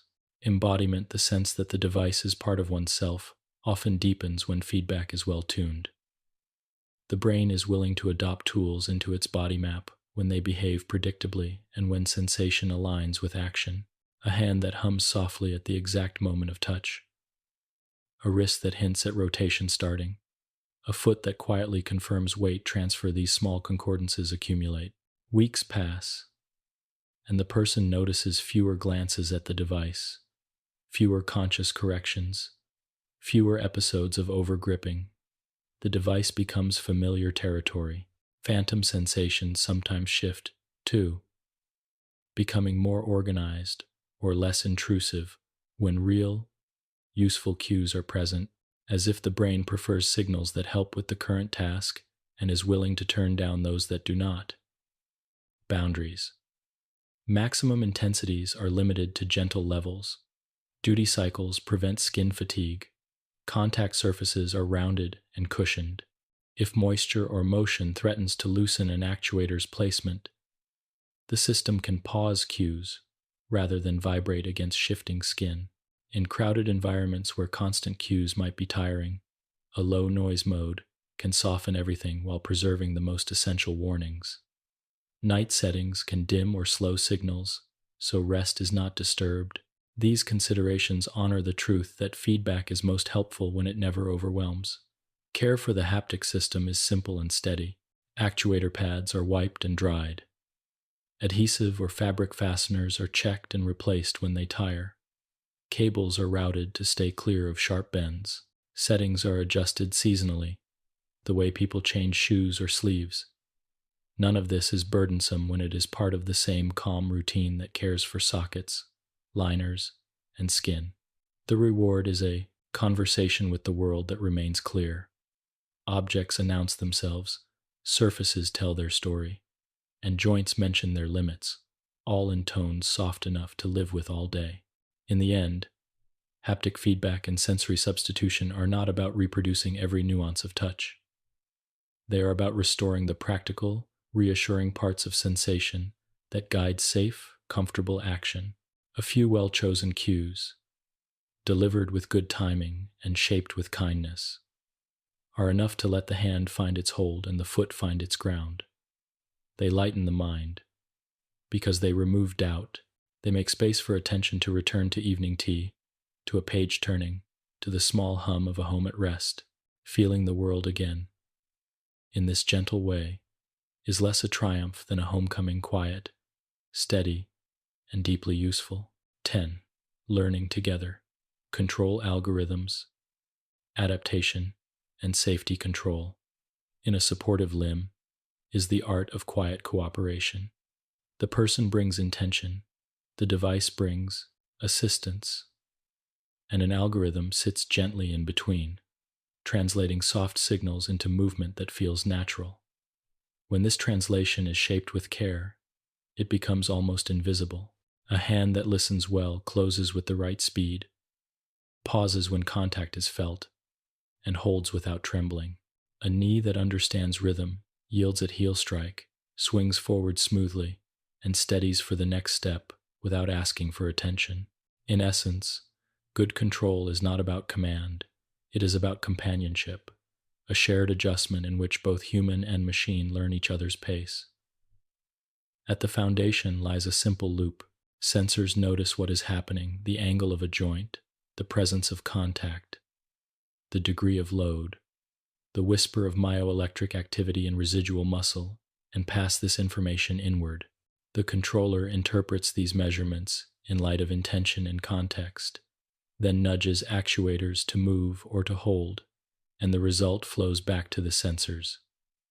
This loop goes hundreds of times each second, but its temperament is unhurried because each pass is small. By making many small, gentle corrections instead of a few large ones, the system avoids overshoot, avoids jitter, and keeps movement aligned with the quiet economy of the body itself. Within this loop, a few families of control make themselves at home. Proportional control, which connects the strength of a signal to the speed or force of a movement, gives a sense of directness that people find reassuring. A small effort leads to a slow approach. A firmer effort leads to a quicker close or a stronger push. Impedance control, which makes a joint behave like a spring with adjustable stiffness, adds forgiveness. When uncertainty is high, meeting a delicate object, stepping on unfamiliar ground, the virtual spring softens, allowing a bit of give that protects both the person and the device. As confidence grows, the controller can firm up, lending stability when a solid hold or a planted stance is useful. Blending these approaches, often moment by moment, mirrors how muscles and reflexes work together, and that familiarity eases learning. Pattern recognition enters quietly to reduce the need for explicit switching. Instead of asking the wearer to think in terms of modes, the system listens for the signatures that typically accompany tasks. Signals at the upper limb might cluster into a few reliable intentions: open, close, rotate, rest, and the device can choose the most likely one based on recent history and current cues. At the lower limb, cadence and load reveal whether the user is initiating gait, climbing, descending, or pausing, and the knee or ankle adapts its resistance accordingly. This is not spectacle. It is housekeeping that removes small frictions from the day. The key is restraint. A handful of well-separated classes is usually enough, because the nervous system prefers consistency to novelty when tired or distracted. Adaptation, in this context, is learning that stays humble. The device notices small regularities, how long the wearer tends to hold a grasp before setting an object down, how their stride lengthens in the afternoon, how their preferred closing speed is slightly slower when writing than when cooking, and shifts its internal settings just enough to meet these tendencies halfway. A tiny increase in dwell time before a mode switch may prevent accidental changes during conversation, and a centimeter of expected step length added to the swing calculation may make the next step feel like the one the body already planned. These adjustments are reversible and bounded, drifting gently back toward default if the pattern disappears, so that what is learned never hardens into an unhelpful habit. Calibration lives side by side with adaptation and keeps it honest. A brief routine: relax, open, relax, close, relax, anchors control thresholds to the day's skin condition and muscle tone. Then the adaptive layer trims, around that anchor rather than wandering freely. The effect is like tuning a musical instrument to a known pitch before playing by ear. Confidence rises because there is a reference point. Users often find that a minute or two in the morning is enough to set the tone, and that small recalibrations, quick, familiar after exercise or a hot afternoon, keep the device responsive without fuss. Safety is the quiet frame around every decision. Limits on speed, torque, and temperature protect tissue and components. Graceful fallbacks stand ready so that if a sensor becomes uncertain, the device chooses a safe, conservative behavior rather than pressing forward. In a hand, that might mean releasing gently if contradictory commands persist. In a knee, it might mean increasing stance support until signals clarify. Endpoints are cushioned so joints arrive rather than collide, and watchdog timers ensure that if communication is interrupted, motion ceases in a controlled way. Safety also includes predictability. Sudden changes, even if correct in a technical sense, can feel startling. Controllers therefore prefer smooth ramps to instant jumps, and they announce shifts in subtle ways. A slight change in resistance, a soft haptic hint, a familiar timing that the wearer soon recognizes without conscious thought. Interfaces for human choice remain present because autonomy is calming. A small, discrete way to select profiles, perhaps a simple gesture or a single button, lets the wearer say, "Today is a walking day," or "Now I am cooking," without navigating menus. 2 or 3 profiles, tuned to real routines, often cover most of life. A brisk, responsive setting for outdoors, a slower, more precise behavior for tasks at a table, a low-effort mode for long conversations or reading. The goal is to reduce control decisions, not to erase them. Knowing that one can choose eases the mind, even when one rarely does. The tone of the controller matters as much as its mathematics. A gentle controller is one that discounts outliers, that expects variability, and that leaves room for micropauses and hesitations without interpreting them as commands. It respects rest. It assumes that the human partner may sometimes be distracted or tired, and designs for those moments as the default, not as exceptions. This philosophy shows up in small places. Filters that smooth without lagging too far behind. Thresholds that include a quiet deadband where nothing is demanded, and behaviors that prefer to do a little less rather than a little more when confidence is low. In return, the wearer experiences fewer surprises, and their trust deepens. Feedback loops widen to include the clinician and the environment. A log kept privately on the device can summarize patterns over time. How often calibration was needed, what ranges of grip were used, whether certain profiles see more use at certain times of day. In consultation, these summaries guide gentle adjustments, a slightly longer hold here, a touch more damping there. They also remind everyone that change is normal. As strength grows, thresholds can be lowered to reduce effort. As activities expand, profiles can be added or merged. The device moves with the person's life, rather than freezing a moment in the clinic into a permanent setting. Energy management quietly influences control. 2. Algorithms that anticipate peak demand can preposition joints or pre-charge small accumulators so that assistance arrives precisely when needed without larger, wasteful bursts. Regeneration during deceleration is scheduled where it will not be felt as drag. Sleep states are entered and exited in ways that never catch the wearer off guard, using motion detection and gentle timing to avoid the awkwardness of a device waking late or dozing at the wrong moment. In this way, battery life extends naturally, and charging fits into a routine as simple as placing a phone on its stand at night. Learning together also means learning how to pause. The best systems include a calm, neutral, that the wearer can enter with a familiar action, a soft squeeze, a long exhale paired with a stillness, where motors rest, grips relax to a safe, minimal level, and sensitivity lowers. This is useful during conversation, in quiet rooms, or whenever the device would otherwise invite tiny, unneeded corrections. Neutral is not an off switch. It is a hammock, a place where both human and machine can breathe, then rejoin activity with no drama. Across all of this, language remains gentle. Interfaces avoid alarms, preferring haptic nods and small visual cues that do not pull attention. Manuals read like guides to a craft rather than warnings about complexity. Training speaks of exploration and pacing rather than of mastering features. The experience is meant to feel like learning an instrument or a new path to the garden.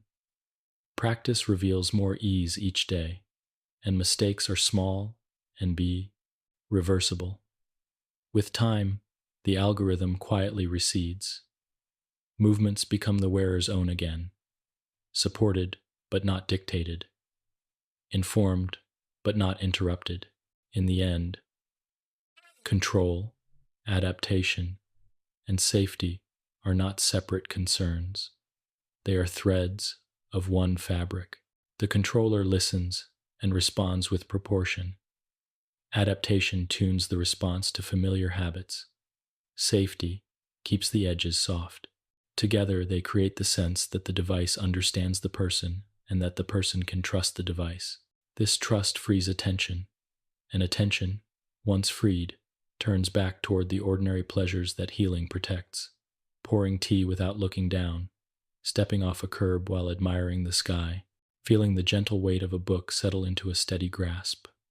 Learning together, in this quiet way, is simply how a companion is made. 11. Walking the path back, rehabilitation, physiotherapy, and daily routines. Rehabilitation is the quiet practice of returning, not all at once, but step by step, to movements that feel like home. It is a path walked with companions, therapists, family, and the steady presence of the device, and it unfolds at a humane tempo. Instead of chasing milestones, we let milestones come to us as strength gathers, as balance steadies, and as small routines take root. In this calm part of the journey, physiotherapy, occupational practice, and daily rituals braid together into something durable. The aim is not to perform.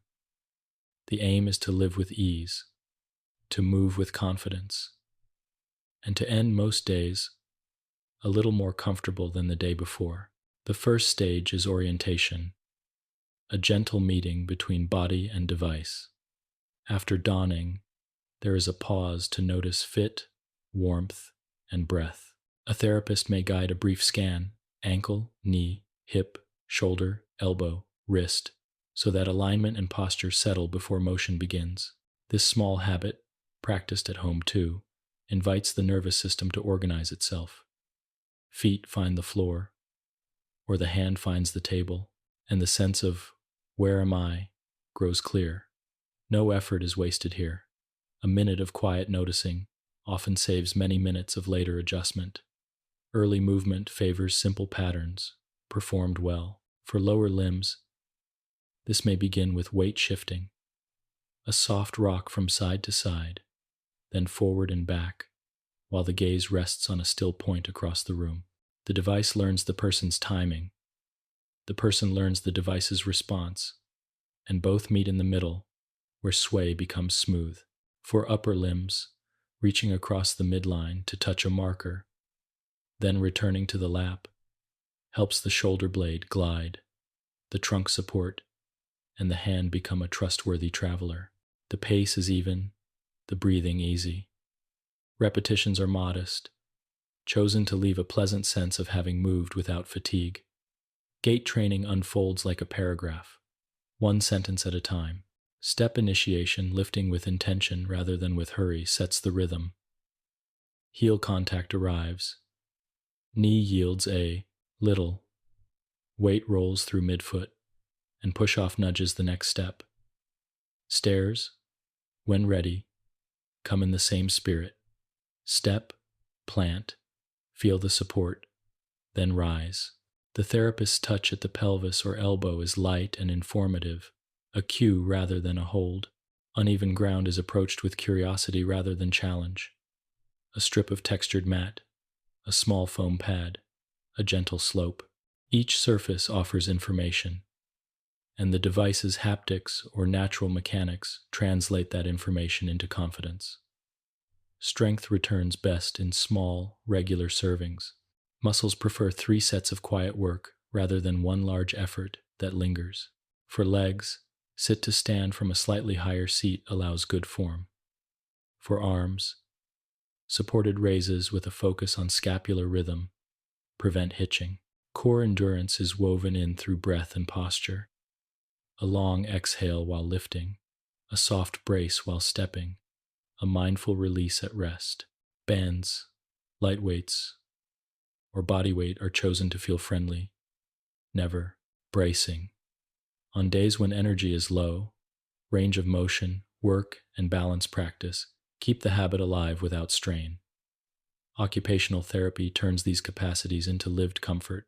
The kitchen becomes a training ground, reaching shelves at shoulder height, transferring a pot with 2 hands, or with a hand and a steady sliding board, cutting soft foods with a safer grip.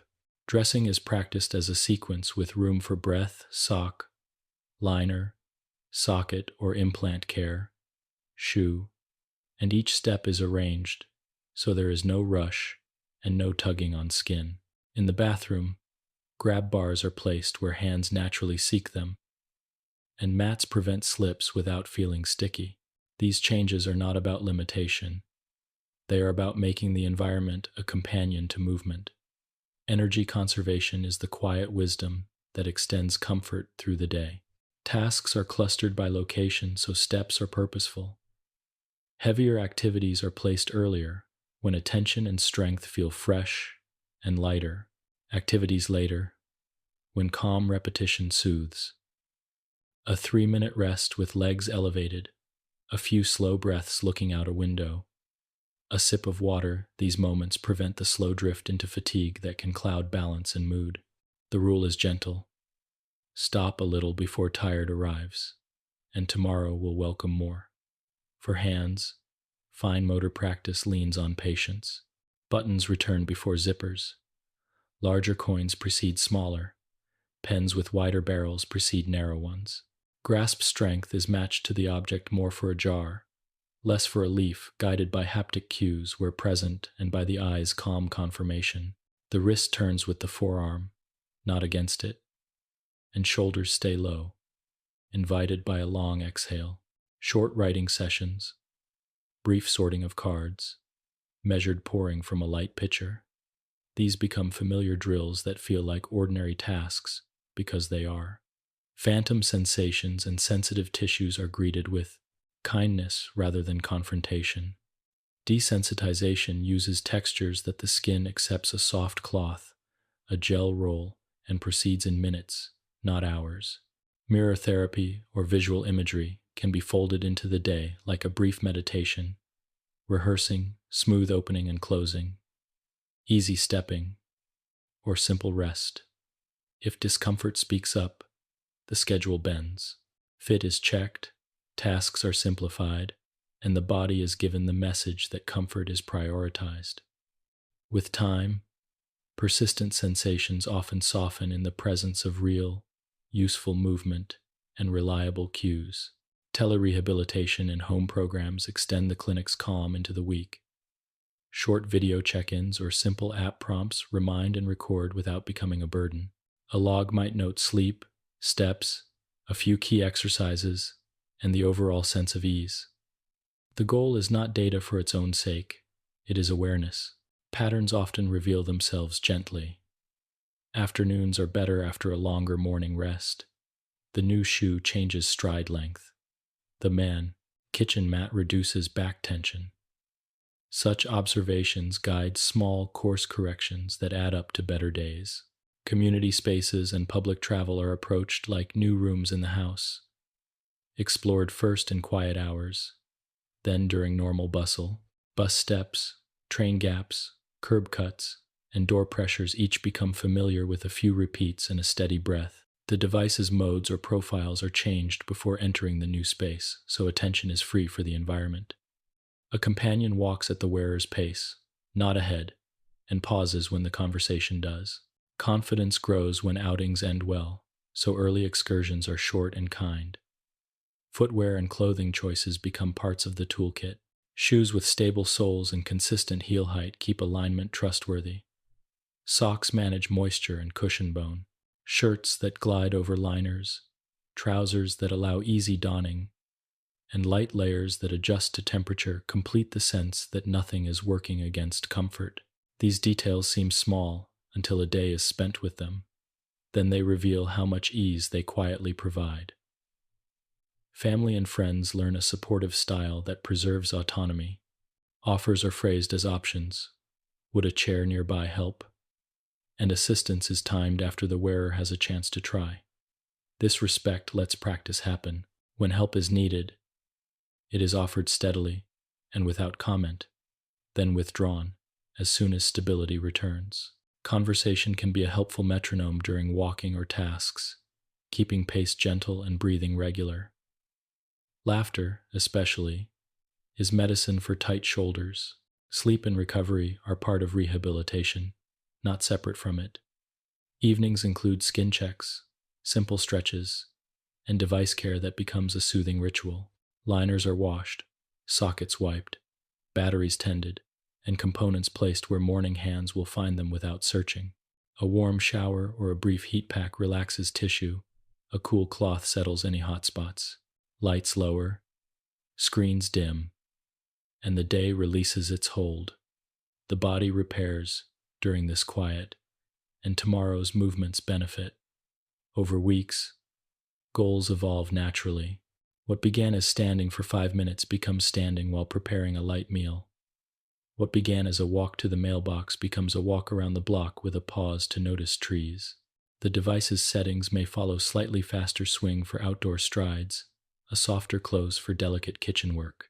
Check-ins at the clinic mark progress not only in meters or grip strength, but in the language of daily life. Cooking without fatigue, bathing with comfort, visiting a friend without worry. If setbacks appear, a blister, a cold week of low energy, a family event that shifts routines, rehabilitation bends rather than breaks. The program simplifies to the essentials: range, posture, gentle activation, rest. Once the storm passes, the familiar pathway is still there, ready to be walked again. Confidence grows not from never stumbling, but from knowing how to recover calmly. In the end, walking the path back is not about reaching a finish line. It is about building a landscape where movement feels welcome. Physiotherapy provides the map. Occupational practice furnishes the rooms. Daily routines keep the lights warm and steady. The device joins this home as a respectful guest who gradually becomes family. With patience and small, repeated kindnesses toward the body, the path becomes wide and smooth. The day fills again with ordinary gestures: pouring tea, tying laces, stepping into sunlight, and these gestures, done without hurry, become the quiet proof that healing is taking hold. 12. The mind in motion. Embodiment, identity, and psychological ease. The mind does not simply steer the body, it lives with it, recognizes itself through it, and rests inside the rhythms it makes. When a mechanical limb becomes part of daily life, the conversation between mind and body changes in subtle ways. New sensations arrive, familiar ones fade, and movements take on different textures. Embodiment, the sense that this is me, is not granted all at once. It is learned, then relearned, through quiet repetitions and gentle successes. The work of this part is to nurture psychological ease, helping identity and device meet without strain, until the limb's presence feels as ordinary and trusted as a favorite chair or a well-traveled path. Embodiment grows wherever predictability and kindness meet. When the limb behaves consistently, closing smoothly today as it did yesterday, supporting weight in the same measured way, the nervous system relaxes its vigilance. The mind, which had been peaking at each step or each grasp, begins to look outward again. Attention wanders to the book, the conversation, the taste of tea, and the device follows without asking to be noticed. This returning of attention is the first quiet sign that embodiment is forming. The limb is no longer an object to be managed. It is a partner that can be trusted, and trust, like sleep, arrives best when not chased. Identity, meanwhile, is a living story. It is written in the ways one moves, the crafts one keeps, the roles one holds at home and beyond it. After loss or change, the story may feel interrupted, as if a chapter ended mid-sentence. A mechanical limb does not rewrite the past. It helps the sentence continue, often with new words that still hold the same meaning. A gardener learns the grip that welcomes a trowel. A teacher finds the pace for writing on a board. A parent settles into the practiced hold that calms a child. These moments are not performances. They are returns to belonging. As the story resumes, identity softens around the device until the device itself becomes part of the story's vocabulary, present, helpful, unashamed. A calm practice for embodiment begins with noticing without judging. Each morning, after dawning, there is a pause to feel balance and contact, where the socket holds, where the foot meets the floor, how the hand rests in space. The breath lengthens a little, shoulders settle, and the day's first movements are small, opening and closing on a familiar object, shifting weight from one foot to the other. The mind gathers a map from these sensations. If a cue feels different, the response is not worry but curiosity. A small adjustment is tried, the map updates, and reassurance returns. This habit prevents small uncertainties from growing into stories of difficulty. It frames change as something knowable and manageable. Social ease is part of psychological ease. People notice devices. They look, sometimes with kindness, sometimes with simple curiosity. A few gentle phrases prepared in advance can make these moments pass without friction. It helps me get around comfortably, says what needs saying, and little more. A calm demonstration, lifting a cup, taking a step can replace 100 words. Choosing when to speak and when to keep moving restores control to the wearer. Friends and family learn from these cues, picking up a style of interaction that neither ignores the device nor magnifies it. Over time, the social world adjusts, and the device assumes the same quiet place in others' minds that it has in the wearer's. Embodiment is also shaped by play. Play sounds light, but it does serious work. It introduces novel movements without pressure and lets the mind explore new maps in safety. A tabletop game that involves picking up pieces, a gentle ball toss in a hallway, assembling a simple model, or measuring ingredients for a recipe. These are technically exercises, yet they feel like ordinary life because they are. Successes stack without announcement, and each stack builds confidence. The nervous system learns that small variations in sensation are acceptable, that the device's cues can be read quickly, and that the outcome is usually good. Even when something slips or a step stumbles, the repair is part of learning. The device releases, the hand tries again, the foot repositions, and calm returns. For many, phantom sensations and shifting body maps weave through this experience.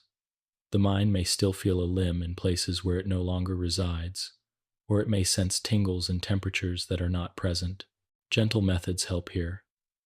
Mirror practice, imagined motion, and haptic feedback that is organized and soft can gradually bring the map into clearer alignment with reality. The idea is not to erase phantoms. It is to offer the brain more reliable signals to prefer. As useful sensations grow vibrations for contact, pressure for load, a quiet stretch to indicate direction, the phantoms often lose their urgency. They become background weather rather than a storm. Fatigue, both mental and physical, can blur embodiment temporarily. On long days, attention narrows. Tolerance for small errors shrinks. Patience thins. Planning for this is a kindness. Short rests, a slower profile on the device during evening hours, a cup left closer to hand, a lighter tool chosen over a heavier one. These changes do not concede defeat. They preserve ease so that the next morning begins without a residue of strain. A short, repeating ritual skincare, cleaning, placing the device where the hand will find it signals closure to the nervous system. In the quiet that follows, consolidation happens. Movements practiced during the day are rehearsed in the mind, and tomorrow they will feel a shade more familiar. Choice preserves identity. The wearer chooses which tasks to take on today, which routes to walk, which gestures feel pleasant to practice. The device may offer modes, but the person chooses whether to use them, when to switch, and when to stay in the middle lane. Having options that are not compulsory gives a sense of agency that reduces anxiety. Even declining a feature, deciding not to use an advanced grasp, preferring a simpler one, can feel freeing because it confirms that the device serves the person, not the other way around. Privacy plays a quiet role as well. Data and logs, if they exist, are for the wearer's benefit and for the care team's thoughtful use, not for a crowd. Knowing that the story of one's movement is shared only by choice protects the mind from the sense of being observed. In the same way, aesthetics matter because they affirm the right to be seen as one wishes. Some choose coverings that resemble skin. Others prefer materials that look proudly engineered. Still others enjoy colors or patterns that echo clothing and personality. The outward look, chosen rather than assigned, can make the inward experience smoother. Community offers a mirror that calms.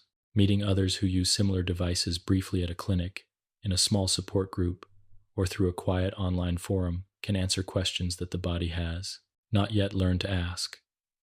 Does your hand feel warmer in summer? Which shoes keep your stride steady? How did you handle stairs the first week? Exchanging small, practical truths shrinks uncertainty. It also widens identity, placing the wearer within a circle that understands the joys of a day without hotspots or the pleasure of a smooth walk after rain. Over time, embodiment ripens into something unremarkable in the best way. The hand meets a doorknob and turns it. The knee steadies on a bus. The ankle yields on gravel and firms on tile. The mind remains with the story being told, or the view outside the window. When the device asks for attention, when a battery needs care, when a strap hints at an adjustment, the attention given is brief and neutral. The device returns to background, like a lamp being switched on. In these patterns, identity is not argued with, it is enacted. The person is not using a device so much as they are living, and a device happens to be there, helping. If moments arrive that feel heavy, a setback, an unkind glance, a day of loose-fit kindness to self keeps the mind from tightening. The plan can shrink to essentials: comfort, rest, one or two movements done carefully, perhaps a conversation with the clinician to restore alignment or renew a liner. The story does not change its meaning because of a page that is harder to read. It continues, and the next page is often easier. In the end, the mind in motion is not a puzzle to be solved. It is a partnership to be respected. Embodiment follows reliability, identity follows choice, and psychological ease follows small, repeated proofs that life can be lived gently with the help of a mechanical limb. This ease does not erase complexity. It softens it, turns sharp corners into curves, and gives the nervous system a soft place to stand. With that, the world opens again. A walk to the garden, a calm meal, a task completed without hurry. The device fades, the person remains, and movement returns to being a familiar language spoken in a quiet, confident voice. 13. Comfort in daily life. Repeated hour by hour until the day feels smooth. Fit settles first, because it decides how contact is shared and how stillness and motion are translated through skin and tissue. A good fit feels like an even presence, no one spot hurrying, no edge arguing. In the morning, the ritual of donning becomes a small craft of attention. The liner rolls on without wrinkles. The skin is dry and calm, and the socket or interface seats with a gentle, familiar pressure that says everything is aligned. If a pin engages, the click is soft and certain. If suction is used, the draw firms without tugging. If a bone-anchored connector is present, the latch closes with a muted assurance. The first steps, or first touches, confirm the feeling. Load, spreads, nothing bites, and posture lengthens as the device takes its place in the day's rhythm. Fit continues to evolve with the hours, so carrying a simple set of tools, an extra sock ply, a small cloth, a spare liner, a mindful pause keeps comfort within reach whenever the body asks for a minor adjustment. This care is not fussy. It is the same patient attention one gives to laces that loosen slightly or glasses that slip on a warm afternoon. Weight is the second quiet pillar. It is not only the number on a scale, it is where mass sits and how it moves. A limb that places grams close to the body feels lighter than one that carries the same grams far from the joint, because leverage magnifies effort. Designers consider this and tuck motors, batteries, and structural pieces as near as sensible, leaving distal sections slim and uninsistent. The wearer can assist this balance with choices that reduce swing fatigue, a foot that matches walking style, a hand shell that provides the Bakken needed form without excess, a wrist that rotates smoothly so forearm muscles do not compensate with tightness.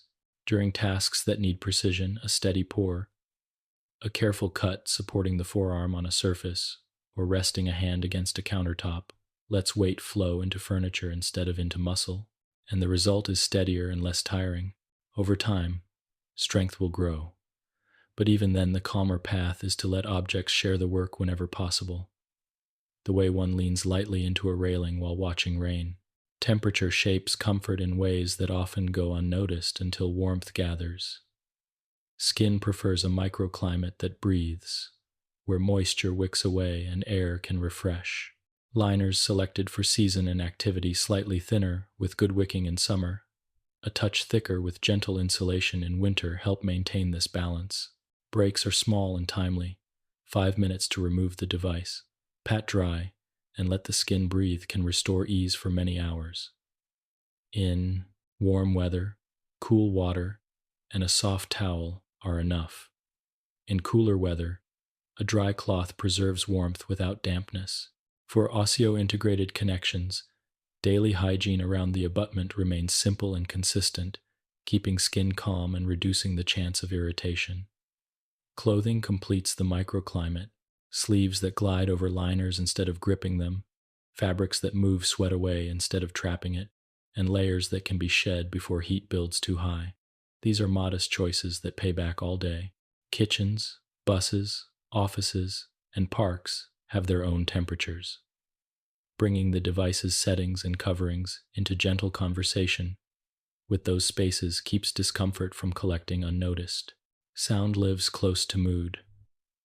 A device that speaks too often in clicks and creaks can pull attention the way a dripping tap can claim a quiet room. Much of sound is design gears that mesh neatly. Lubricants, but part of it belongs to daily use. If a new sound appears, a short pause to notice when it occurs during lift, during contact, during a particular angle, often points to a simple fix. A fastener that prefers a fraction more torque, a worn sleeve that wants replacement, a cover that benefits from a thin pad of compliant material. For powered parts, firmware that avoids abrupt reversals and that ramps speed in and out turns chatter into a hush. The goal is not silence at any cost. It is a soundscape that blends with ordinary life so completely that the device is heard only as the faintest presence, like a familiar appliance humming far away. Daily routines weave these pillars fit, weight, temperature, sound into a steady fabric. Morning is for preparation. Skincare is unhurried. Hair at the interface is trimmed softly. Any small redness from yesterday is reassessed rather than ignored, and choices are made for the day's tasks. If stairs or long walks are planned, a profile that favors stability and energy return might be chosen. If desk work and fine tasks await, a profile that slows motion and deepens precision may be kinder. Items needed for small adjustments: a sock ply, a spare liner, wipes, a compact tool are placed where the hand will find them without rummaging. This arrangement does not signal fragility, it signals readiness, the way carrying a small umbrella turns a passing shower into an ordinary event. Midday is for listening. As activity accumulates, a brief scan catches changes before they grow. Does the edge above the patella feel more present? Has the wrist begun to warm? Is the sound on the last few steps different from the morning? A 2-minute reset: sit, remove or unweight. Dry. Smooth the interface. Reseat returns comfort. Lunch becomes part of care. Cool water helps. Salt imbalance helps. And gentle movement afterward prevents stiffness. If a full reset is not needed, even a change in shoes or in pace can refresh the body's relationship to load. For hands, alternating grasps, pinch, power, lateral shares work across different surfaces and angles, preventing any single spot from tiring. Evening invites debrief and recovery. Devices are cleaned in the same quiet order each time. Power down, wipe surfaces, wash liners, tend the abutment if present, check fasteners with the familiar touch that recognizes just right. Skin is observed in calm light. Redness that fades quickly is noted and forgotten. Redness that lingers, warmth, or tenderness receives attention. Perhaps a call to the clinic for a small adjustment. Perhaps a rest day tomorrow for that area. A few gentle stretches for hips, calves, shoulders, and hands encourage circulation and ease. If sound drew attention during the day, a short note or a recorded clip can be shared with the care team, making the next visit more effective. These rituals do not lengthen the day, they frame it. The mind settles because the body has been heard. Mats in the kitchen reduce joint load during long tasks. A chair placed at counter height invites sitting for prep. A tray with a lip protects from small slips and allows objects to glide rather than be carried. In closets, a low shelf for device care items prevents unnecessary bending. In the entryway, a bench welcomes unhurried transitions in and out of shoes. In bathrooms, stable grab points ease turning. In bedrooms, soft light within reach keeps night movements calm. None of these changes are special. They are simply friendly. They speak the language of comfort that devices themselves speak, distribute load, respect surfaces, make switches gradual. Travel and public spaces add new textures, so the same principles follow. Airports bring long corridors and temperature shifts. A small, breathable liner or a spare sock ply in a pocket makes adjustments possible without unpacking. Trains and buses add vibrations. Sitting near the middle of a car reduces sway, and holding a support with the quiet strength of the shoulder rather than the fingertips prevents hand fatigue. Restaurants and friends' homes bring chairs of surprising heights. Asking for a chair with arms, or choosing a seat near a stable surface for resting the forearm, preserves ease without ceremony. Comfort does not need an explanation. It needs only the calm practice of arranging the scene. Clothing and footwear, chosen once with care, continue to give all year. Shoes with consistent heel height keep alignment predictable. Insoles that cushion without too much squish protect energy return and balance. Socks that match the day's warmth guide moisture away. Trouser fabrics that slide over liners and do not bind at sockets reduce shear. For upper limbs, sleeves that stretch softly accommodate movement without a tug, and cuffs that do not catch on device contours keep attention on the task instead of on clothing. Aesthetics are part of comfort, too. Coverings and colors that feel good to the wearer reduce the small friction of self-consciousness and allow the mind to remain at ease in company. For many, The last element is expectation, a soft, sensible understanding of what the device can and should do each day. Expecting a comfortable baseline and a handful of small adjustments sets a humane standard. When something exceeds that, when a day passes without a single fit change, or when a walk feels particularly light, it is noticed as a pleasant surprise, not a required norm. This posture toward comfort is kind to the nervous system. It accepts variability not as failure but as weather, and it keeps the wearer in charge of responses rather than caught in comparisons. All of this returns to a simple truth. Comfort is the ground on which every other benefit stands. Fit that stays even, weight that sits where the body prefers, temperature that breathes, and sound that blends into the room. These make movement feel trustworthy. With trust, the device steps out of the foreground, and the person steps into their day. Tea is poured without thought. A message is written with neat letters. A sidewalk is walked while noticing leaves and light. The body is supported. The mind is at ease. And the technology does what good technology does best. It becomes almost invisible, letting life take its comfortable, unhurried shape. 14. Life stages. Pediatric fit, growth, and aging with technology. Across a lifetime, bodies change like gentle coastlines, sometimes subtly, sometimes with clear new curves, and supportive technology must change with them.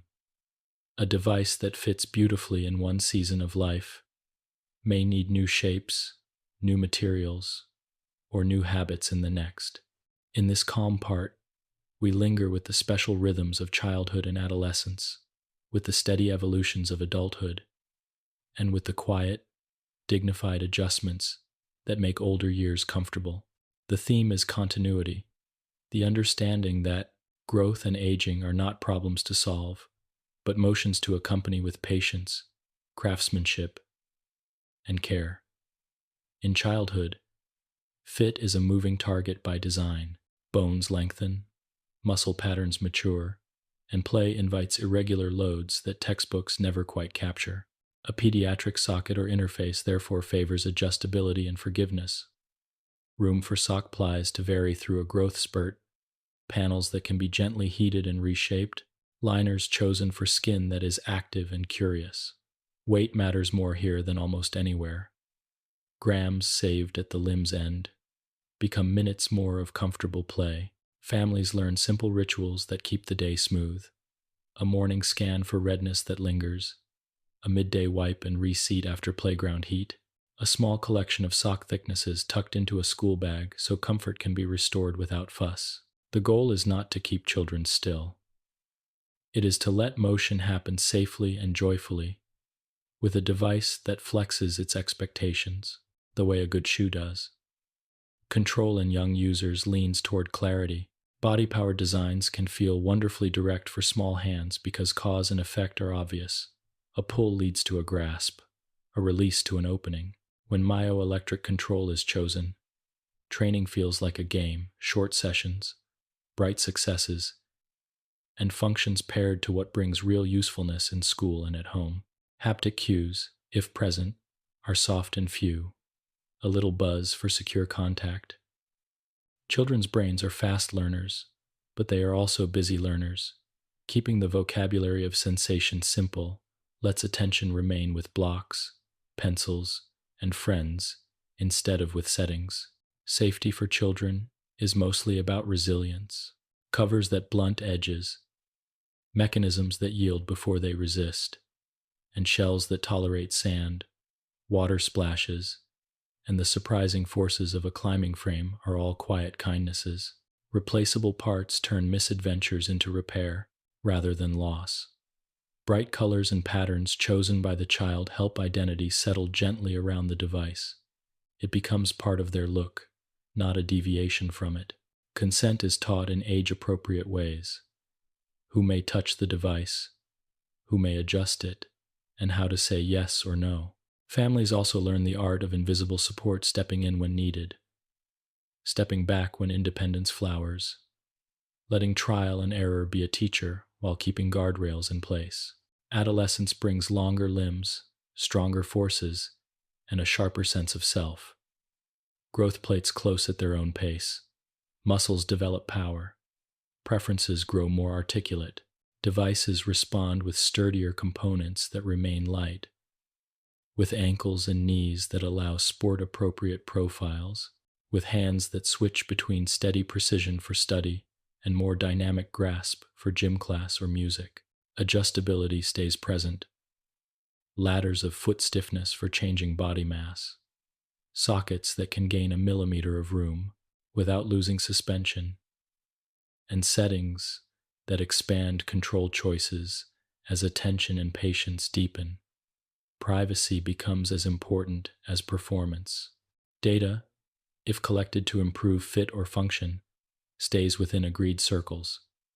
App interfaces are quiet, respectful, and free of noise that would turn a tool into a distraction. Independence is nurtured by teaching maintenance. How to clean a liner, how to notice a loosening screw, when to ask for help before small issues become big ones. Adulthood stretches wide, containing work, caregiving, hobbies, travel, and the practicalities of a household. Devices at this stage need reliability first morning to night, steadiness, predictable energy use, and components that accept routine loads without complaint.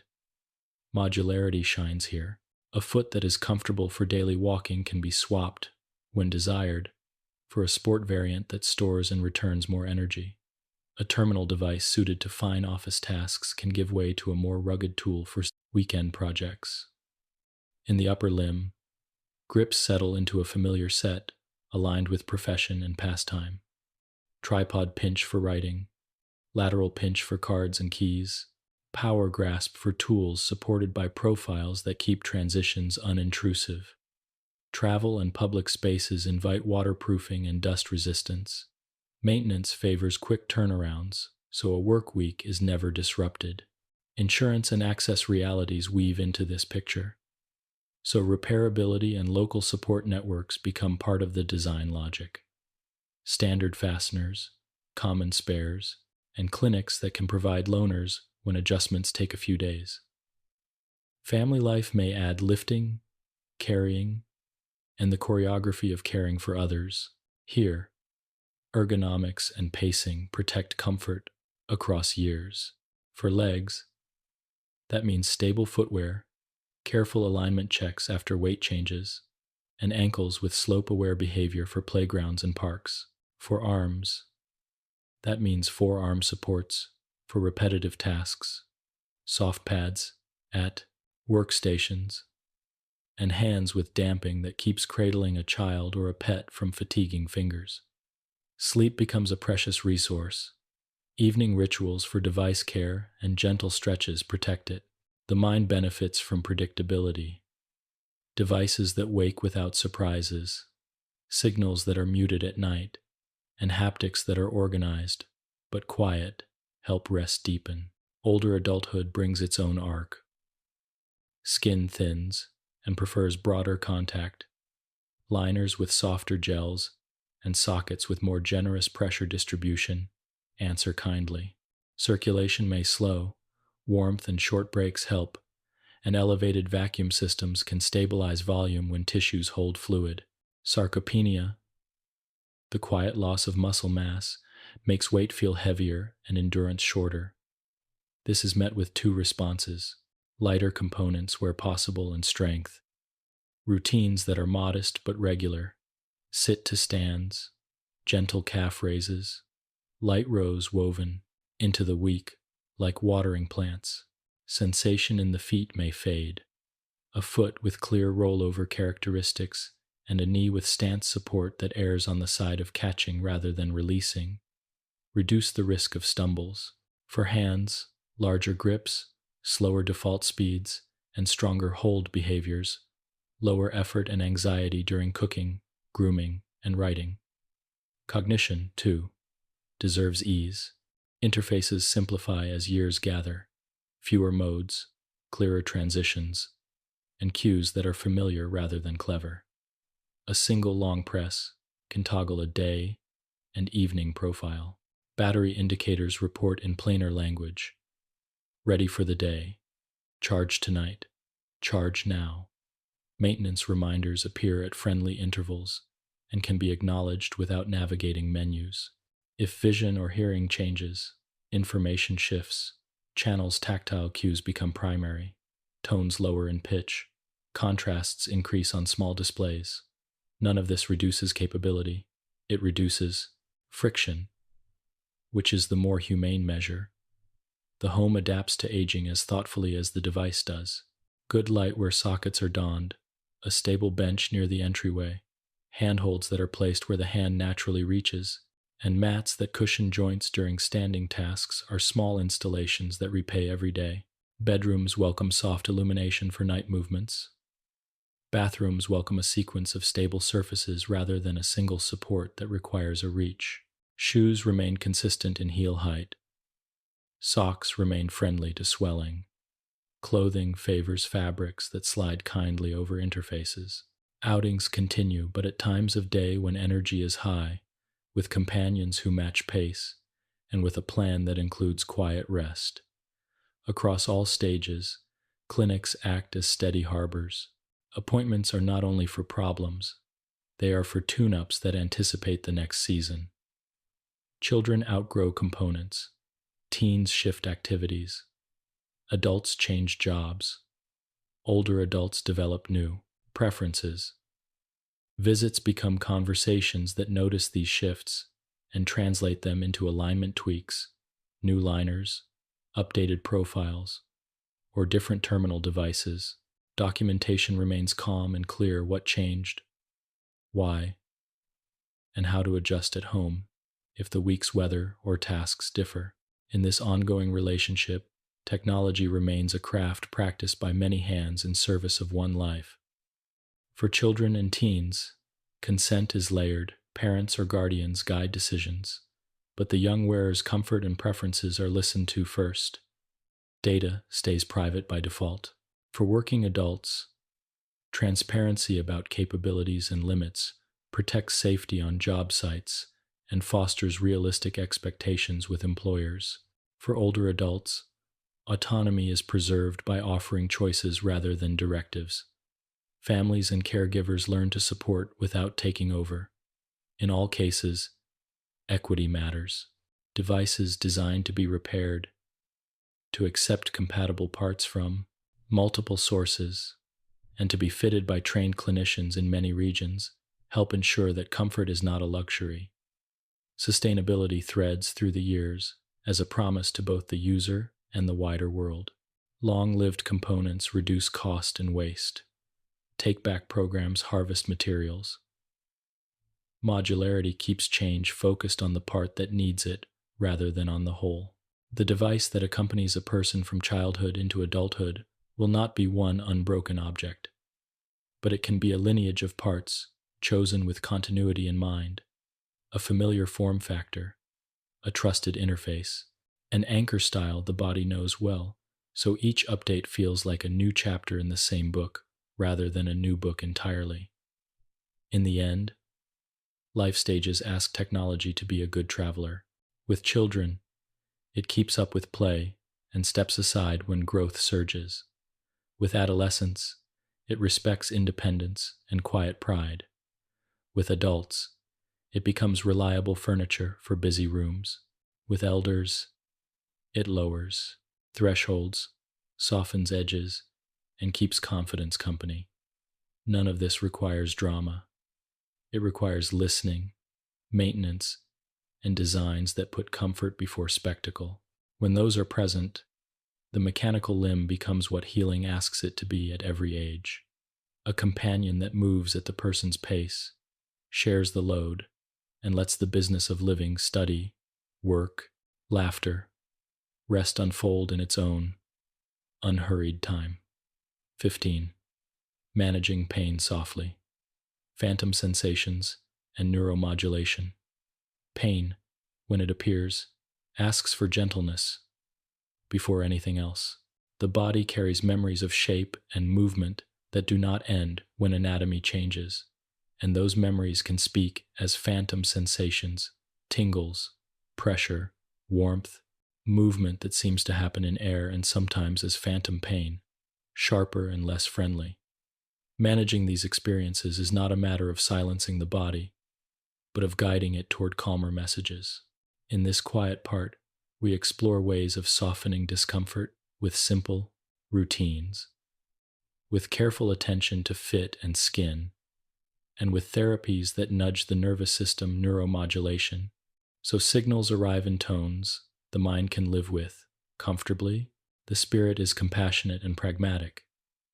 We do what helps, in small, repeatable steps, and we keep what works. Phantom sensations can be thought of as the brain's habit of expecting input from places that no longer send it. The map in the cortex remains ready, and in the absence of ordinary touch, it sometimes fills in with its own guesses. These guesses are not errors. They are efforts to stay oriented. When they turn into pain, the task is to offer the brain better information, organized, rhythmic, and gentle, so it can choose that information over the harsher improvisation. Desensitization begins at the skin with textures the body accepts: a warm cloth, a soft brush, a gel roll. Short sessions, 2 or 3 minutes. A few times a day build tolerance without provocation. The direction is always from calm to calm, lighter pressure, slow movement, then rest. Over days, the tissues learn to welcome contact again, and the nervous system records a new baseline in which touch is not a threat. Mirror therapy is a quiet, thoughtful practice that uses vision to soothe the map. The reflective image of an intact limb moving smoothly can be treated by the brain as if it were the missing limb moving smoothly too. Sessions are short and predictable. The person sits comfortably, breathes evenly, and performs simple motions, opening and closing, flexing and extending while watching the mirror image. The emphasis is on ease, not range, on smoothness, not speed. Often the phantom cramps and twists soften as the brain reconciles what it sees with what it expects. When haptic feedback is part of the device, subtle cues can be aligned with the visual practice: a small vibration at contact, a soft pressure at hold, so multiple senses agree. Agreement is comforting. The brain trusts concordant signals. Fit is medicine in its own way: a socket that spreads pressure evenly, a liner that cushions bony areas, an osseo-integrated abutment that is kept clean and calm. These reduce the peripheral reminders that can amplify central discomfort. Heat and moisture management matter, because irritated skin sends loud messages. A midday reset remove, dry, reseat, serves both comfort and pain prevention. If volume changes make fit uncertain, small adjustments in sock ply or a brief rest can settle the interface. These are not grand interventions. They are housekeeping for the body's conversation with the device. And when the conversation is polite, the mind rarely raises its voice. Movement is analgesic when it is measured. Gentle ranges, ankle pumps for lower limbs, scapular glides, and forearm rotations for upper limbs invite blood flow and disperse chemical irritants that can sensitize nerves. Breathing pairs with motion. Long exhale during the effort, unforced inhale at rest. Balance practice, done near a stable surface, steadies the nervous system's sense of place and reduces the low-grade vigilance that can feed pain. The rule is soft.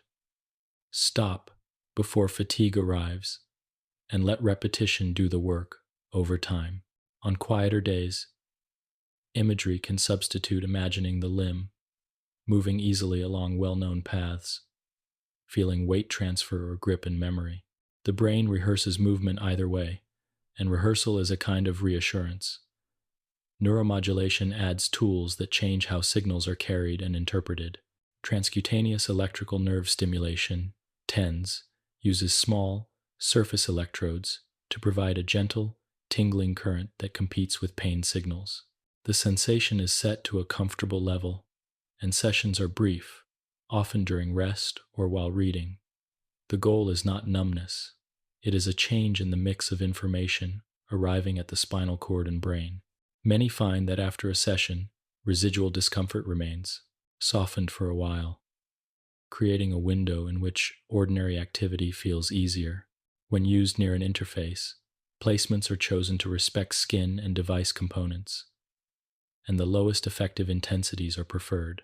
Vibration is a cousin to TENS in spirit, though mechanical instead of electrical. Small tactors, when placed over mapped skin areas or along the residual limb, can provide a patterned hum that the brain quickly learns to interpret as contact or weight, useful cues that carry meaning. Because the nervous system privileges meaning over noise, these cues can crowd out the shapeless buzz of discomfort, a short sequence light vibration for touch, a steady lower tone for hold. A brief fade can be practiced during daily tasks until it becomes second nature. The key is organization. When signals are consistent, the brain settles.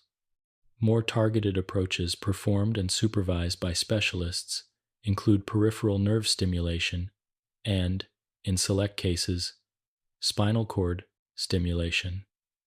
These techniques place small, implanted leads near nerves or along the spinal column and deliver carefully tuned pulses that reshape pain pathways over time. They are not first steps, and they are not for everyone, but for persistent, burdensome pain, they can reduce intensity and frequency in ways that allow focus to return to living rather than to guarding. When they are considered, the decision is made calmly, with time to weigh risks and benefits, and always alongside continued attention to fit, movement, and daily routines. Neuromodulation also includes the simplest modulation of all, attention. Mindfulness and paced breathing do not erase pain, but they change its salience. A practice as modest as 5 quiet breaths before dawning, 5 after doffing, and 5 before sleep can bracket the day with parasympathetic tone, the body's rest state. In this state, the gain on threat detection lowers, muscles release unnecessary holding, and small discomforts remain small. Guided body scans, where attention moves from head to toe with curiosity rather than judgment, reveal places where the body is working harder than it needs to. Shoulders soften, jaw unclenches, hand grip reduces to enough, and the nervous system receives fewer internal alarms. Medication, when used, is most helpful as a supporting actor. Over-the-counter options, taken as advised by a clinician who knows the person's history, can make room for sleep or for physiotherapy sessions. Topical preparations, cooling gels. Warm balms often assist desensitization by pairing touch with a benign sensation. The theme remains the same. Small doses, timed well, in service of routines that teach the brain comfort. The social world can modulate pain too. Thanks for watching, and slep slag, disordered in the 4, conversation, music, a favored show, a walk with a friend. These shift attention and add positive input. Laughter is valuable. It moves the diaphragm, massages the vagus nerve, and changes chemistry in ways that the body recognizes as safety. Support groups and quiet online communities offer practical tips that are otherwise earned slowly. How to place a liner to reduce evening warmth, which chair height makes donning unhurried, which shoe grips wet pavement without making the stride hesitant. Each borrowed idea saves a little trial and error and keeps discouragement at bay. Sleep is the great modulator, a consistent, soothing routine, dim lights, warm wash, brief stretches. A cool room prepares the nervous system. Devices rest where morning hands will find them. Liners dry in open air. Alarms and notifications are set to polite. If night discomfort intrudes, splitting sleep into 2 calm sessions with a brief, dim light interlude can be kinder than wrestling with wakefulness. A small notebook by the bed captures any practical worries so the mind does not hold them tightly. On days after poor sleep, expectations soften. Profiles on the device may shift towards slower and more stable. Tasks that invite strain wait for brighter hours. This compassion prevents the spiral where fatigue heightens pain and pain disrupts rest again. Clinics remain partners in this process. If new pains appear, if phantom sensations change character, or if comfort never quite settles, the care team listens and adjusts. Sometimes the answer is an alignment tweak, sometimes a liner material changes, sometimes a short course of targeted therapy renews progress. The person's voice leads. What matters is lived experience, what helped, what did not. Over months, a personal toolkit emerges, a few techniques that work reliably, a schedule that keeps the body even, a device that behaves as a courteous neighbor. The mind learns its own path back to equilibrium. In essence, managing pain softly is the practice of offering the nervous system better stories to believe, touch that is organized, movement that is measured, feedback that is meaningful, and rest that is protected. These are persuasive narratives. Neuromodulation provides additional chapters, written in careful pulses and patterns, that reinforce the theme. None of this promises a life without discomfort. It offers a life where discomfort is smaller, rarer, and less demanding of attention. With that, the day fills again with the quiet satisfactions that healing protects. Steady steps, a cup held just so, a page turned without hurry, and the feeling growing by degrees that the body and mind are speaking to each other in softer voices. 16. Companions in care, AI support, telehealth, and home maintenance care that lives at home, asks for tools that are present without being demanding, helpful without being loud. In recent years, simple forms of artificial intelligence have taken on this companion role, noticing patterns in use, suggesting small adjustments, and keeping the device ready with the quiet diligence of a well-run household. Telehealth, in turn, the favorite chair by the window, so that tune-ups and questions can be handled without rushing across town. Around these, routines of cleaning, charging, and gentle inspection form a rhythm that protects comfort day after day. None of this seeks to replace human wisdom. It seeks to support it, to offer calm prompts and steady guardrails so attention can remain on living. An AI companion works best when it behaves like a considerate assistant.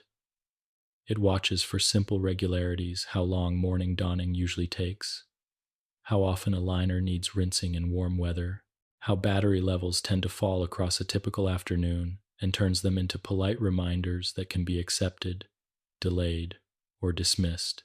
The language is soft and optional. A small, haptic nudge that hints, top off tonight. A tiny icon that says, consider a midday reseat. A note after a long walk that suggests a brief rest to let skin breathe. Because these suggestions are grounded in the wearer's own patterns rather than in a generic schedule, they feel personal without feeling intrusive, like a friend who knows when a glass of water would be welcome. Prediction helps when it stays humble. If the system sees that a week of warmer days has raised skin temperature earlier in the afternoon, it can propose an earlier microbreak. If walking pace shortens near certain hills, it can pre-select a profile with a touch more ankle support before the slope arrives. These anticipations are small and reversible. They can be ignored with no penalty.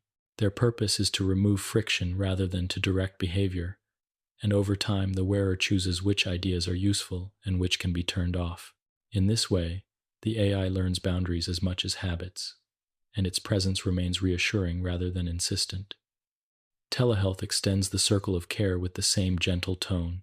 A short video call or a secure message exchange can review photos of skin, brief clips of gait, or a log of haptic cues felt during certain tasks.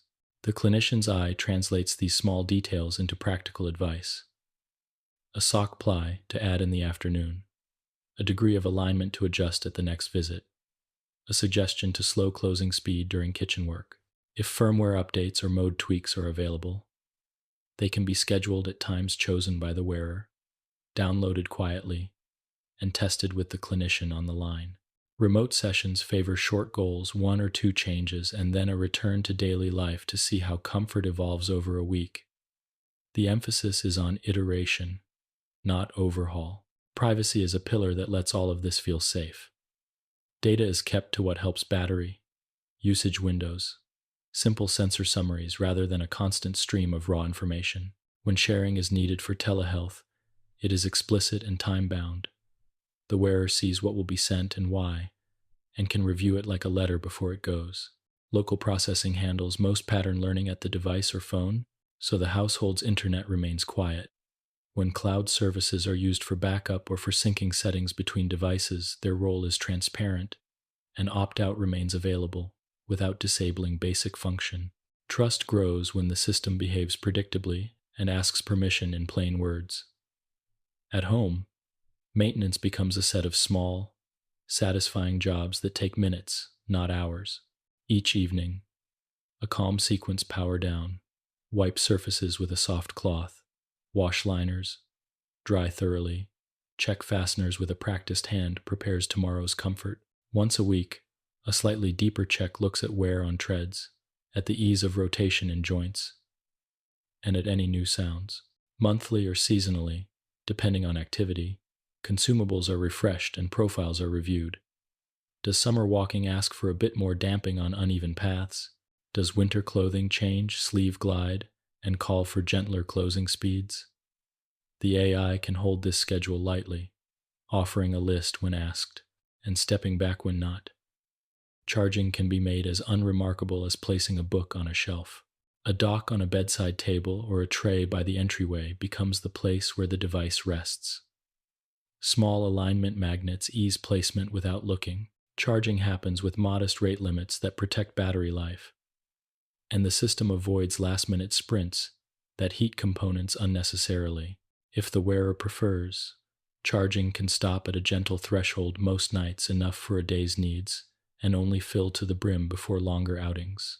Status lights remain dim and respectful at night. Morning confirmation is a small, clear message, ready for your usual day. Should a forgotten charge occur, a quick fill option can be offered with a note about how long it will last, so plans can be adjusted without guesswork. Cleaning favors mildness, unscented soap, lukewarm water, no abrasives. Liners are rinsed and dried where air can circulate. Abutments, if present, receive their simple routine. Textiles are inspected for edges that might curl. Covers are checked for small cracks that could harbor moisture. These chores sit comfortably next to brushing teeth or setting out clothes. They are neither projects nor burdens. The reward shows itself the next afternoon, when skin feels calm and the device moves with its usual hush. Reliability is strengthened by simple self-checks. On power-up, the device runs a quiet scan, sensors present, temperatures normal, last shutdown orderly, and if something looks unusual, it presents a clear, non-alarming note. Left fingertip sensor uncertain, function available with reduced sensitivity, or knee damping in safe mode. Contact clinic at convenience. These messages are written for people, not technicians, and they include a suggestion, not a scold. Many small issues resolve with a reseat, a connector re-click, or a restart after cleaning. When they do not, telehealth stands ready to triage and arrange an in-person visit that already knows what to check. Accessibility weaves through all of this, so that support meets the wearer's preferred way of communicating. Voice prompts can be brief and low. Tactile confirmations can stand in for tones. And displays can use bold contrast with large, unhurried text. Multilingual options and simple icons keep instructions friendly for families who share care. For those who prefer quiet, notifications can be haptic only. For those who like lists, a daily card can summarize. Fit even, battery topped, liner dry, next check Saturday. The system does not insist on a single style. It offers several and lets the household choose. Safety lives in update habits and in graceful fallbacks. Software updates arrive with release notes that read like a neighbor's explanation. What changed? What stayed the same? Updates can be postponed until a convenient time, and the device never changes behavior mid-task. If a new feature, under work, with Finger is added, it appears off by default with a small, clear switch to try it when curiosity and energy align.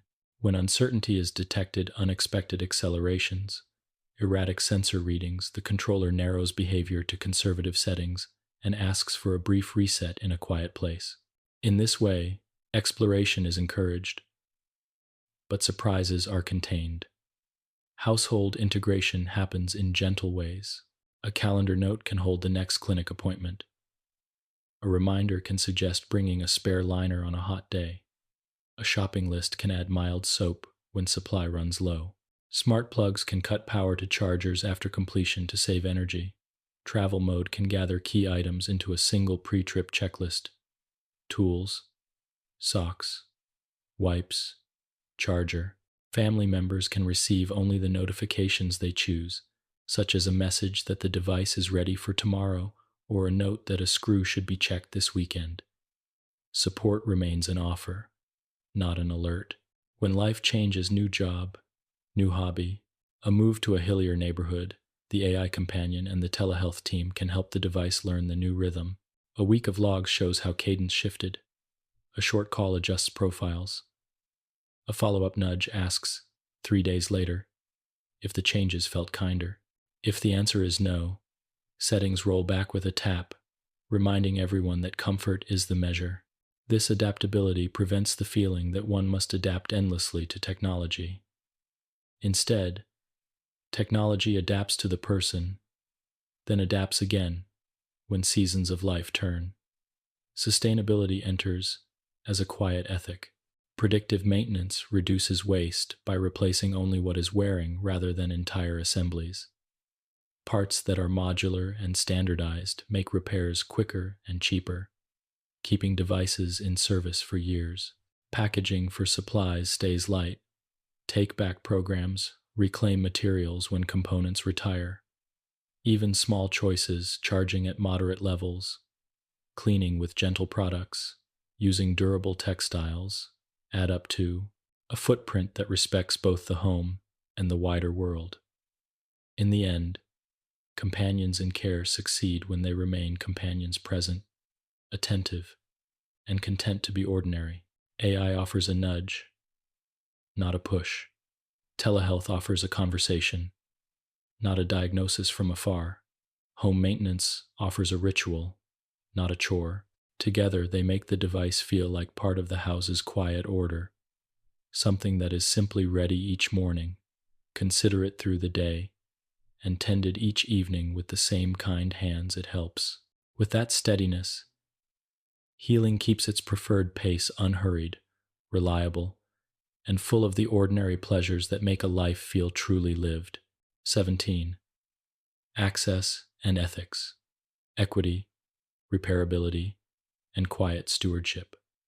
Equity begins with the simple promise that comfort should not depend on a postal code or a paycheck.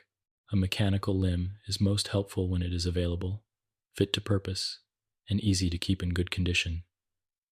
Towns, crowded cities, and places where power flickers and roads turn to dust after rain. The ethics that guide this work are not abstract. They are practical courtesies extended across design, policy, and care. They ask that the same steadiness we prize in a device be offered to the systems that bring it to a person. Fair pricing, transparent information, parts that can be replaced locally, and support that answers in plain language. When these courtesies are woven into the fabric of care, access stops being a gate and becomes a door that opens easily. Affordability is one strand of this fabric. It grows from honest design decisions that avoid cost without cutting comfort. Standardized fasteners that any clinic stocks, liners available in a sensible range rather than in endless variants, and shells that accept replacement covers instead of requiring whole new assemblies. Financing and insurance can respect the rhythm of real life by recognizing maintenance as part of care, not as an extra.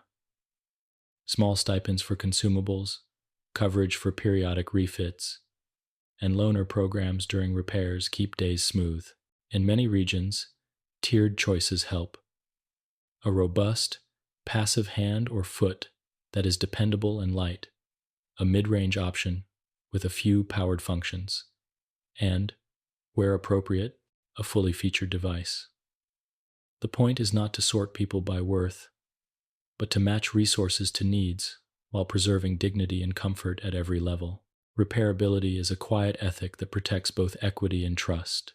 A device that can be opened with common tools, whose parts are labeled clearly, and whose manuals speak in pictures as much as in words, travels better through time. Local technicians trained through short, repeatable courses can replace bushings, adjust alignment, and refresh covers without shipping parts across oceans. Clinics can maintain small parts libraries, pins, screws, seals, liners, knowing that a weekday repair is worth a weekend of comfort.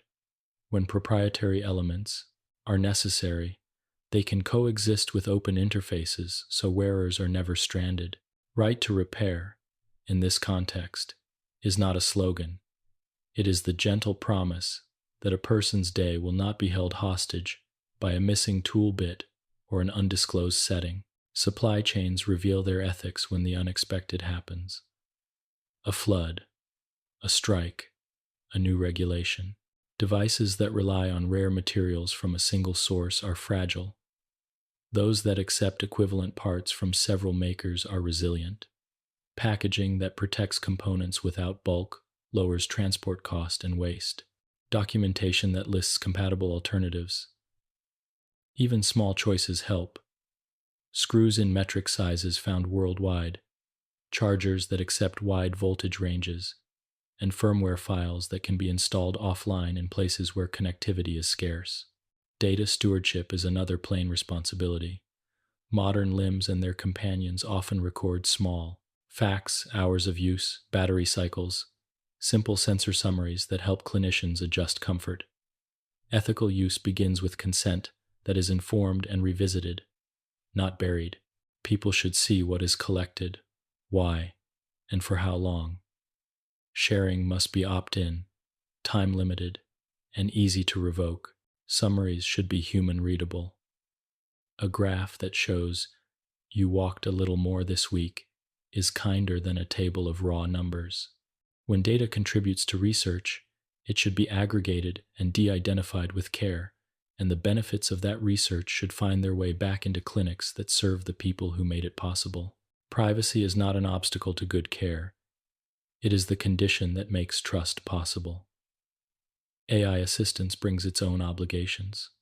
Suggestions must remain suggestions, not commands.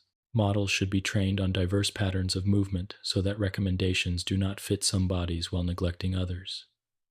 When a device makes a choice slowing a hand as contact nears, firming a knee on a slope, it should be able to say, in simple words, why it acted. Bias is addressed not once but continually, by listening to outliers, the walker with a very short stride, the gardener who kneels often, the dancer whose timing confuses averages but delights an audience.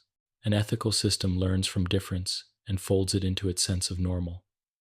Inclusion runs beyond body types to language, culture, and the daily texture of life.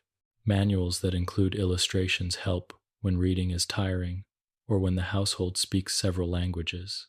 Support lines that accept photos and short videos lower barriers for people who struggle to describe a noise or a sensation. Aesthetic options covers that echo skin tones or celebrate color. Shells that look engineered or quiet affirm the right to choose how one is seen. In some communities, modesty shapes clothing. In others, heat makes certain fabrics unavoidable. Devices that fit under these realities acknowledge that ethics is also the art of paying attention. Safety is ethical when it is proactive and transparent. Ratings for load, temperature, and water exposure should be plain and conservative, not optimistic. End-of-life behavior matters. A joint that chooses a supportive stiffness when power fades is kinder than one that goes limp. Updates should never change feel in the middle of a day, and they should arrive with explanations that read like a neighbor's note: what moved, what stayed, and how to go back. Recalls must be practical, with loaners ready and shipping arranged without paperwork that exhausts. Warnings are not scolds. They are invitations to keep comfort intact. Environmental stewardship is a form of care extended to the shared home. Take-back programs for worn components, refit clinics that refurbish devices for a second life, and materials chosen for recyclability keep the footprint small. Charging practices that favor gentle cycles extend battery life. Cleaners that are kind to skin are often kinder to water, too. None of this needs to be advertised loudly. It needs to be practiced steadily, so that the device's usefulness does not come at the expense of the ground under everyone's feet. Humanitarian settings test all these ethics at once. Displacement, conflict, and disaster leave people far from their usual clinics and communities. Here, devices that are simple to fit, tolerant of dust and heat, and maintainable with limited tools become not just practical, but moral necessities. Training local staff, pre-positioning parts, and designing kits that can be carried by hand increase the chance that help arrives as comfort, not as complexity. Follow-up by radio, text, or brief visits keeps the bond alive until stability returns. In such contexts, success is measured in ordinary acts: restored walking to a pry, water point, cooking at a shared stove, holding a child rather than in specifications met. Education for clinicians is part of equity. Courses that are modular and repeatable, mentorship that pairs new fitters with experienced hands, and communities of practice that share small tricks of the trade help skills spread beyond a few centers. When new materials or methods appear, they should be taught with humility about their limits as well as their gifts. A culture that values listening. Where does it rub? When does fatigue arrive? What part of the day feels easiest? Keeps technique anchored to lived experience. Finally, stewardship is the quiet posture that ties all these threads. It is the decision, renewed each day, to treat a device not as a product but as a relationship between person and tool, clinic and household, designer and terrain, present needs and future ones. Stewardship asks gentle questions. The price include the inevitable small parts. Can the update wait until Monday morning? Can the data stay home unless invited out? Each yes keeps the system human. The reward is not applause. It is the sight of a life that moves without unnecessary friction. Ethics, then, is not a separate chapter in the story of mechanical limbs. It is the way every chapter is written fairly, plainly, and with an eye toward the person at the center. Equity ensures the door opens. Repairability keeps the door from sticking. Stewardship holds the door for the next person who will come through. When these are present, technology becomes what we hope it will be: a companion shaped by care, available when needed, and quiet enough to let attention return to the gentle business of living. 18. Standards and safety, regulation, testing, and long-term follow-up safety. In this quiet field is not a fence thrown up at the end. It is a path laid from the first sketch to the final fitting, and through all the years that follow. It asks steady questions in plain language. Is this material kind to skin? Does this joint stop softly? Will this battery behave on a hot afternoon? Does the manual tell the truth and will help arrive if something changes? Regulation and standards exist to keep these questions from being forgotten. They create shared checklists and common yards of measurement so that devices from different makers and different clinics can be compared on the same COM page. For the wearer, this structure is invisible when it works well. What they feel is reliability, morning after morning, year after year. Before a device ever meets a person, it endures life condensed into tests. Mechanical parts flex and flex again thousands, then millions of cycles until engineers know how joints will age. Springs are bent past what a day would ask for and then returned, looking for cracks that might whisper of fatigue. Adapters and pylons are loaded from unexpected angles to mimic a stumble, a twist on a bus, or the lean into a low cabinet. Soft interfaces are pressed and sheared on warm days and cool evenings so that liners cushion without slipping and sockets carry load without hot spots. All of this is done not to create drama, but to remove it. Each test takes surprise out of the future and replaces it with predictability. Electronics learn their own steadiness. Circuits are warmed and cooled, bumped and vibrated, and exposed to electrical noise that imitates real homes and workplaces. Battery packs are charged and discharged at sensible rates and at the edges of the expected. Watching for heat that climbs too fast or cells that tire too soon.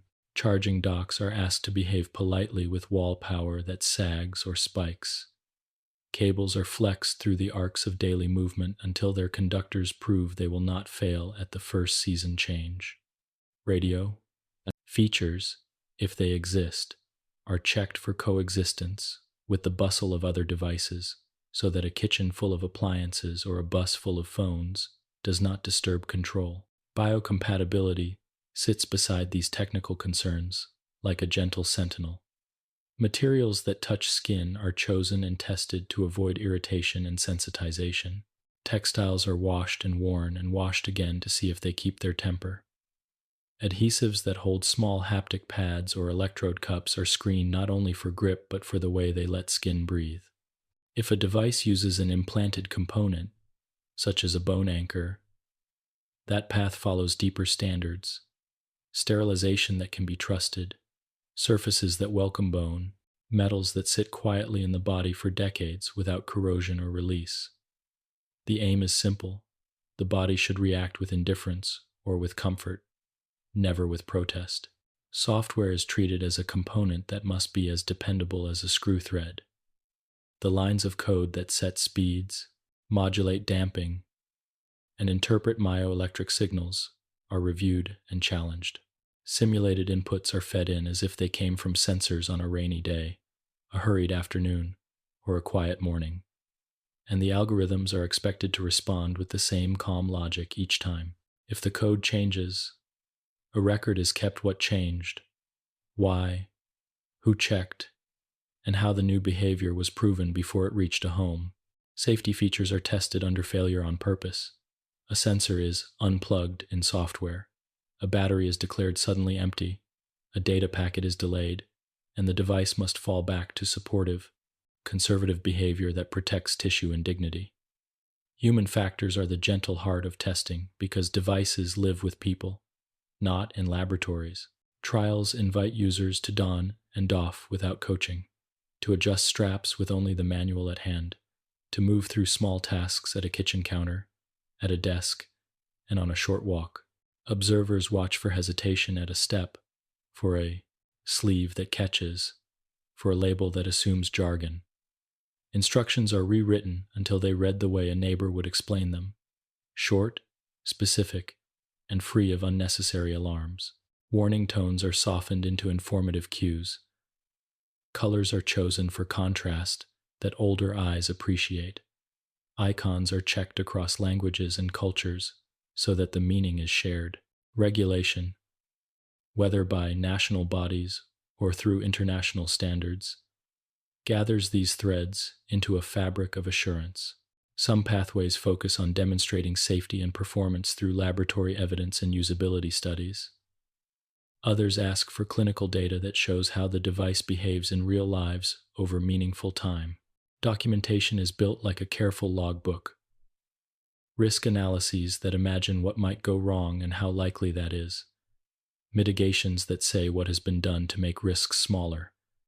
And residual risks that remain, stated honestly along with the reasons they are acceptable. Labels and manuals are part of this record, carrying not marketing language, but the clear details that help a person make informed choices: weight ranges, water exposure limits, care schedules, and what to do when something feels different. The day a device is first fitted is not the end of safety work. It is the beginning of post-market listening. Clinics, manufacturers, and regulators maintain channels where whispers of trouble can be heard early. A connector that tends to loosen after a certain number of cycles, a cover that cracks in cold weather, a gate setting that feels too eager on a certain slope. When patterns appear, responses are prepared like careful recipes. A service bulletin shows how to check and, if needed, replace a part at the next visit. A software update arrives, with gentle release notes, and the option to defer until a calm morning. If repairs take time, loaners stand ready so that routines are not disrupted. In rare cases where urgent action is needed, recall processes include shipping labels, simple instructions, and a human voice on the other end of the phone to keep the experience grounded. Long-term follow-up returns the conversation to the person. Regular appointments twice a year for some, more often during periods of change, are unhurried times to measure comfort. Skin is examined in calm light. Alignment is checked with eyes and with simple tools. Gait is watched on level ground and on a small slope. Hands are observed during tasks that matter to the wearer: a chopping board, a keyboard, a favorite mug. Outcome measures are taken not as scores to chase, but as baselines to compare across seasons. Walking distance before fatigue, time on a quiet balance task. The device's own logs, if they exist, can offer a modest picture: patterns of charging, hours of use, unusual numbers of safety fallbacks. These are read as hints, not verdicts, and they guide tiny adjustments that keep comfort current. Children and older adults are invited into follow-up with special rhythm. Children come in as growth suggests when shoes change, when sports seasons turn, when the school day's demands shift so sockets and settings keep pace. Adolescents receive time to speak in their own words about identity, privacy, and choices. Older adults are asked about vision, hearing, and memory changes that may recommend simplifying profiles or adjusting feedback channels.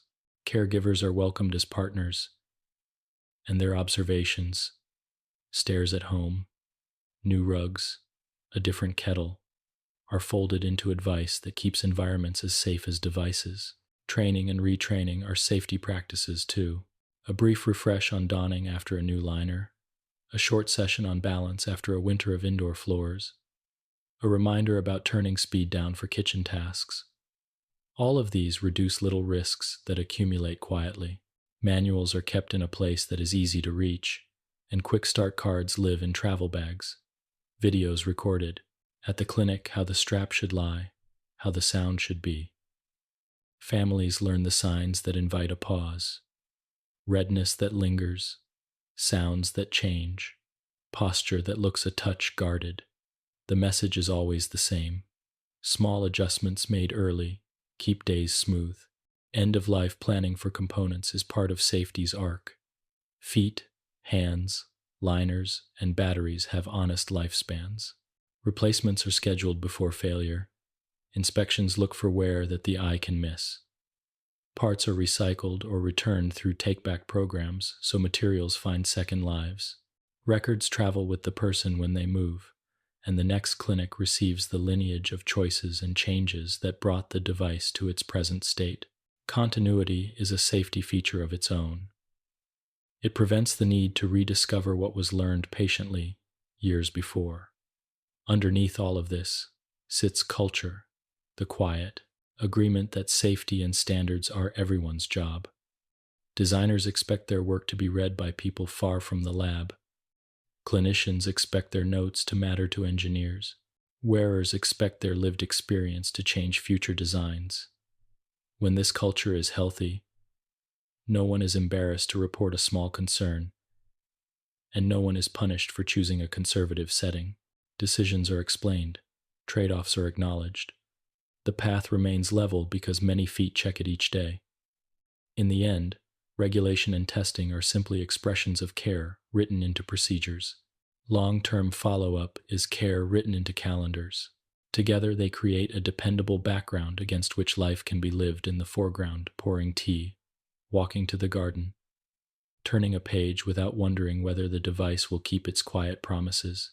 Safety is not only the absence of harm, it is the presence of confidence, built slowly, checked often, and renewed whenever the body or the seasons change. That confidence is what lets healing find its favorite pace. 19. Beyond replacement, biohybrids, tissue engineering, and nerve health. Beyond simple substitution lies a quieter horizon where living tissue and careful engineering meet in cooperation.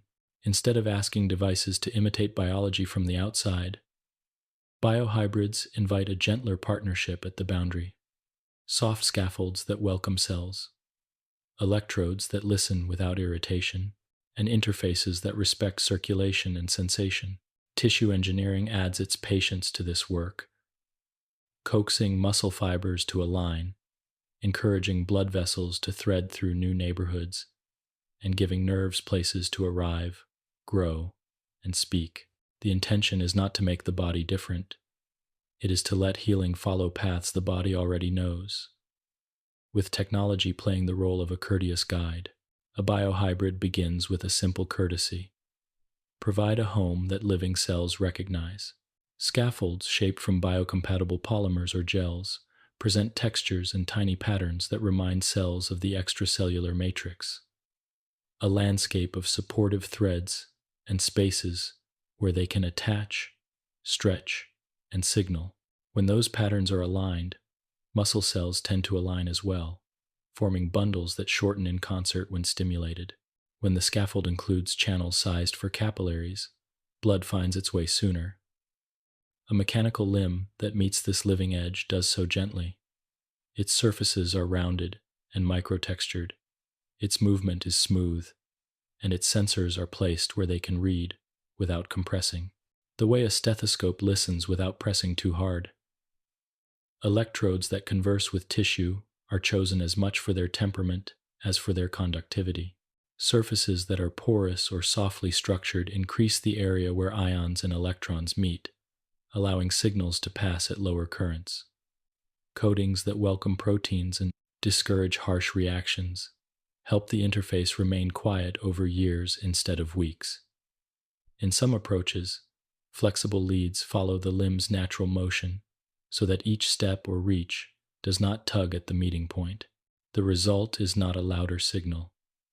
It is a clearer one, because tissue that is comfortable speaks steadily. With clarity, the device can listen for small, honest patterns and translate them into useful motion with less filtering and less effort from the wearer. Muscle itself can join the partnership in small, elegant ways. When a nerve that once served the hand is rerouted into a tiny graft of muscle near the skin, that muscle becomes a living amplifier. Tissue engineering refines this idea by preparing muscle grafts that are well vascularized from the start, ready to host the arriving nerve fibers and to respond with reliable contractions. The device's sensors, placed over this graft, hear a clean signature when the wearer thinks pinch or open, and control follows with a natural rhythm. This arrangement respects biology's preference for redundancy and repair.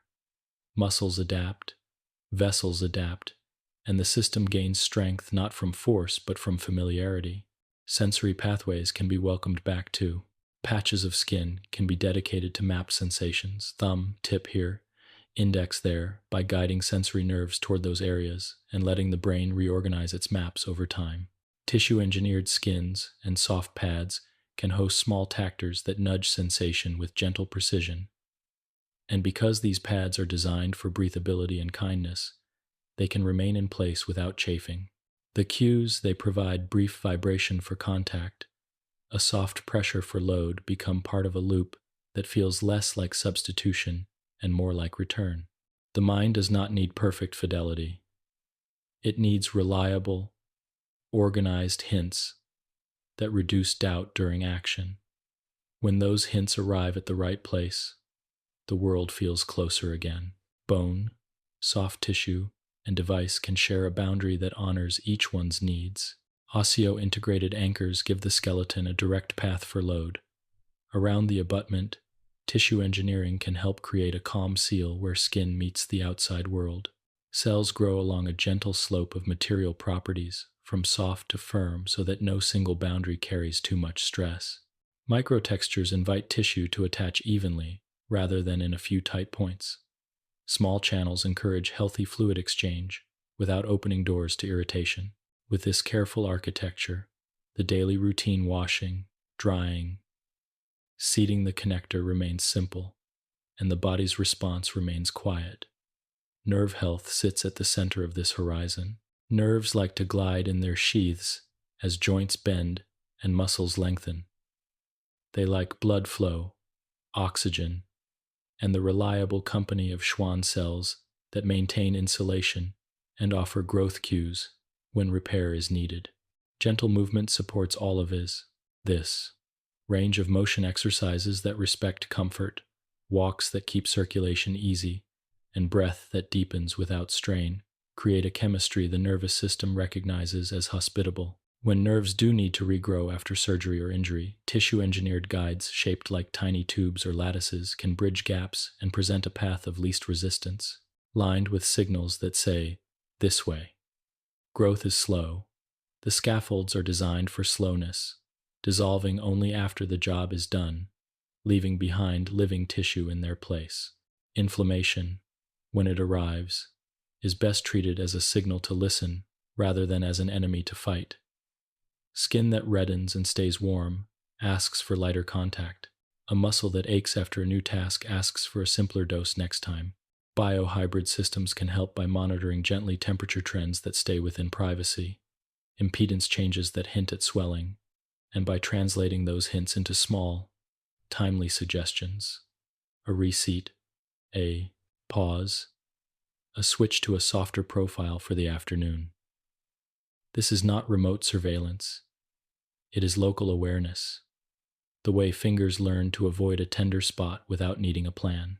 The brain's plasticity, the way it rewires in response to use, is quietly on our side. As biohybrid interfaces provide steadier signals and more meaningful feedback, the brain prefers these streams and strengthens the pathways that carry them. In practice, this means training can be shorter and less intense than earlier eras required. 10 minutes of organized practice, several times a day, beats an hour of fatigue once a week. Small wins accumulate. Opening a jar without overgripping, stepping off a curb with a foot that hints its angle, typing a few more lines before the hand asks for rest. The nervous system loves repetition wrapped in comfort. Tissue engineering also reminds us that nutrition, sleep, and simple habits are part of technology's success. Cells do their best work when the body's basics are tended. Enough fluid, proteins to rebuild, vitamins and minerals within ordinary ranges, and sleep that reaches the deeper stages where hormones support repair. None of this is a prescription. It is a reassurance that ordinary kindness to the body amplifies the benefits of careful engineering. A calm evening routine for device care can be paired with a calm routine for the self. A stretch, a warm wash, a few long breaths before bed. The next day's tissue work begins in that quiet. Looking gently forward, we can imagine materials that change their stiffness in response to body heat or tiny currents, offering more support when needed and more softness at rest. We can imagine electrode arrays that are less like points and more like fabrics, spreading contact so widely that current density never startles tissue. We can imagine small reservoirs that provide a local, short-lived release of soothing factors after a long day, then stand down until next time. Each advance should keep to the same standard. It must be kind to the body, easy to live with, and modest in how much attention it asks for. Progress that raises the voice of the device beyond a whisper is not progress for daily life. Ethics travel with this horizon. Biohybrids depend on materials and methods that should be available beyond a handful of centers. Training must spread alongside tools, so that a person in a quiet town can receive care as considered as a person in a capital city. Data, when gathered to tune interfaces or to watch healing unfold, stays close and private. Consent is ongoing. Costs are managed not only by clever designs, but by designs that accept repair and gradual upgrades.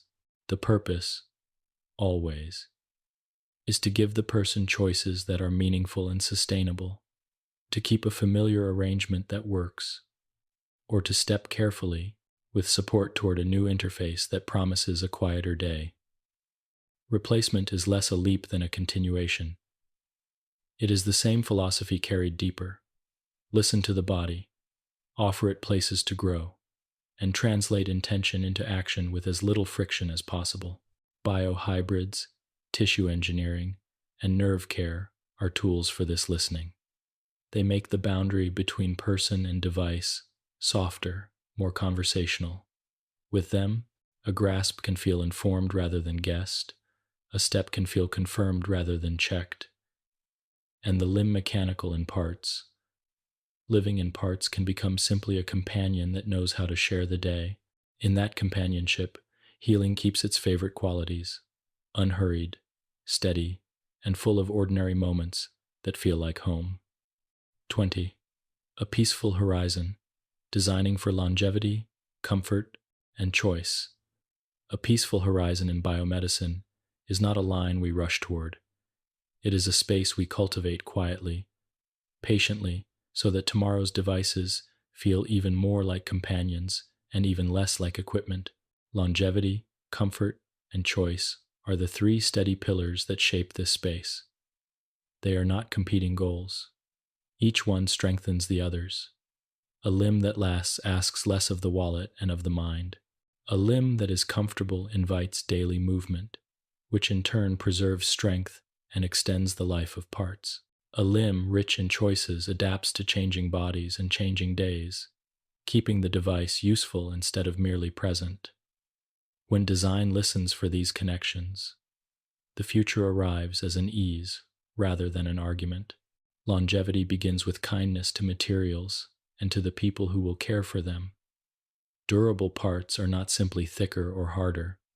They are smarter about where and how they carry load. Carbon laminations are layered along the lines that steps actually take. Titanium is shaped to resist the slow breathing of fatigue without adding unnecessary grams.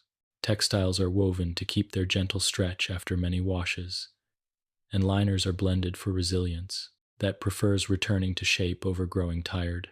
But longevity also lives in interfaces that can be renewed without replacement, a socket that accepts small, modular pads added where life and seasons ask, a wrist whose bearings are standard sizes found in many clinics, a hand whose outer shell can be refreshed like a favorite book's cover while the pages inside remain the same. The device ages, yes, but it ages the way a good home does, with repairs that preserve character and comfort.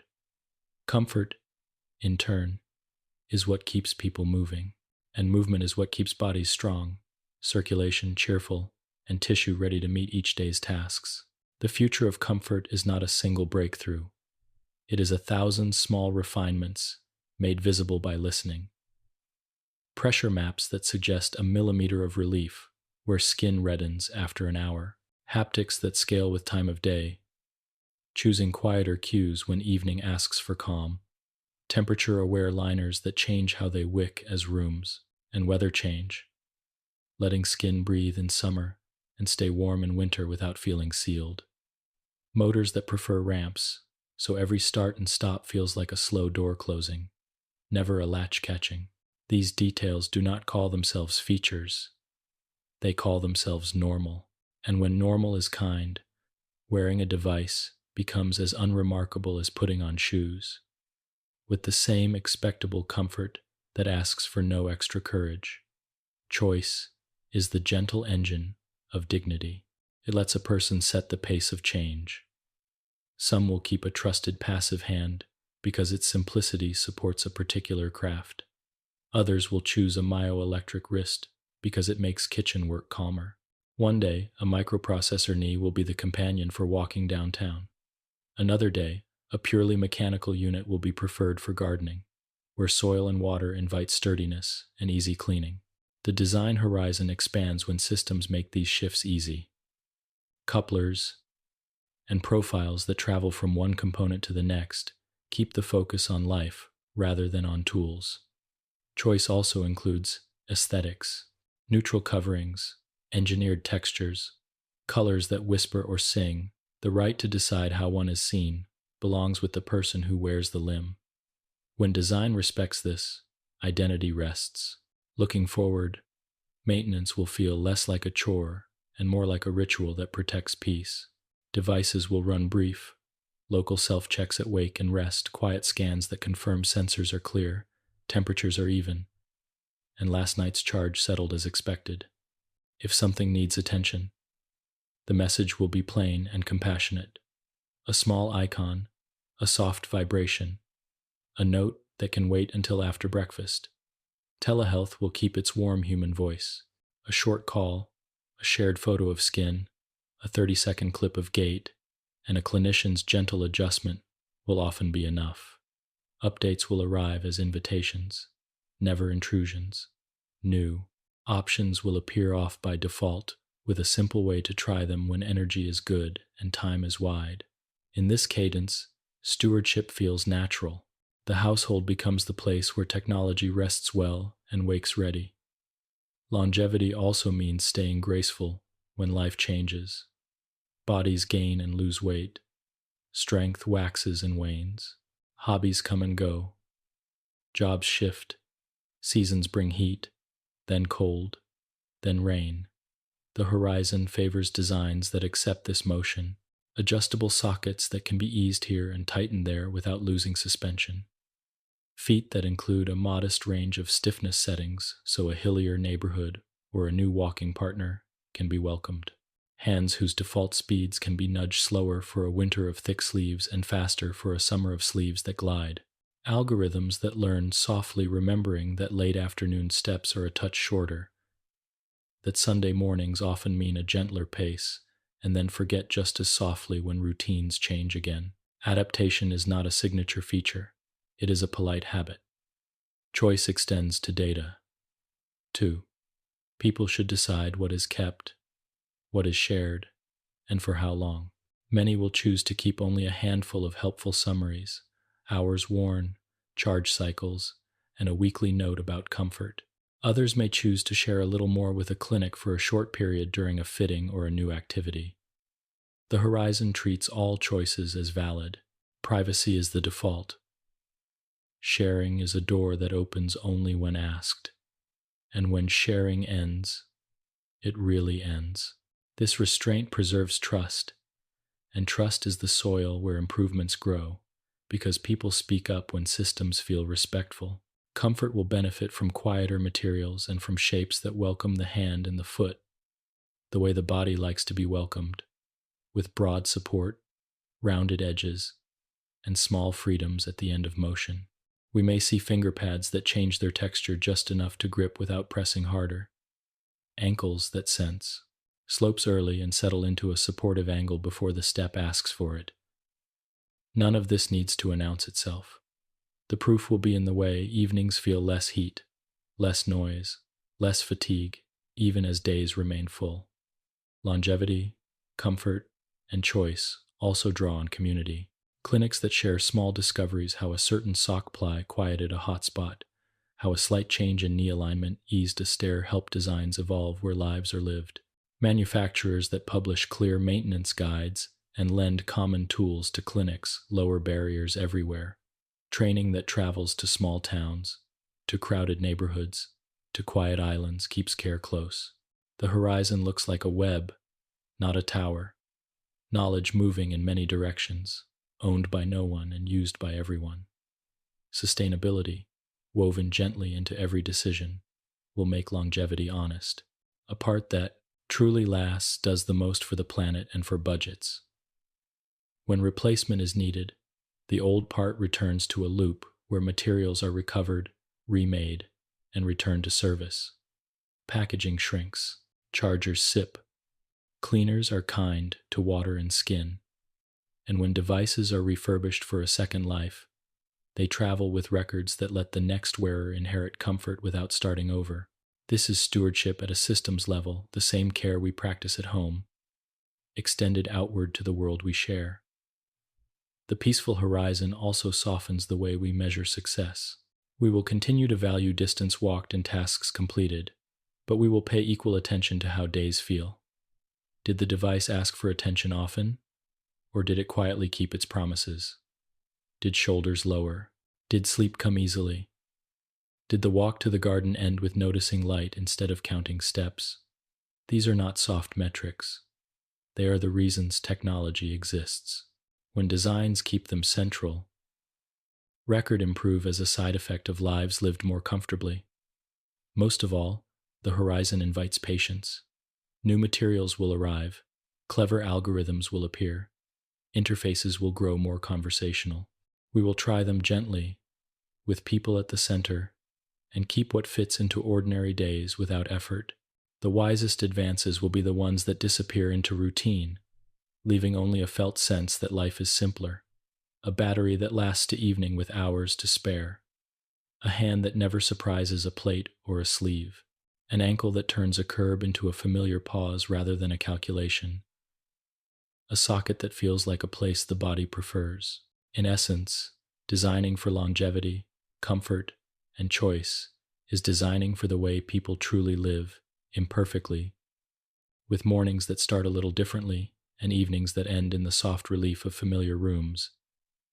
The mechanical limb becomes part of that landscape, a reliable thing in the hallway, a ready helper in the profit kitchen, a quiet friend on the path outside.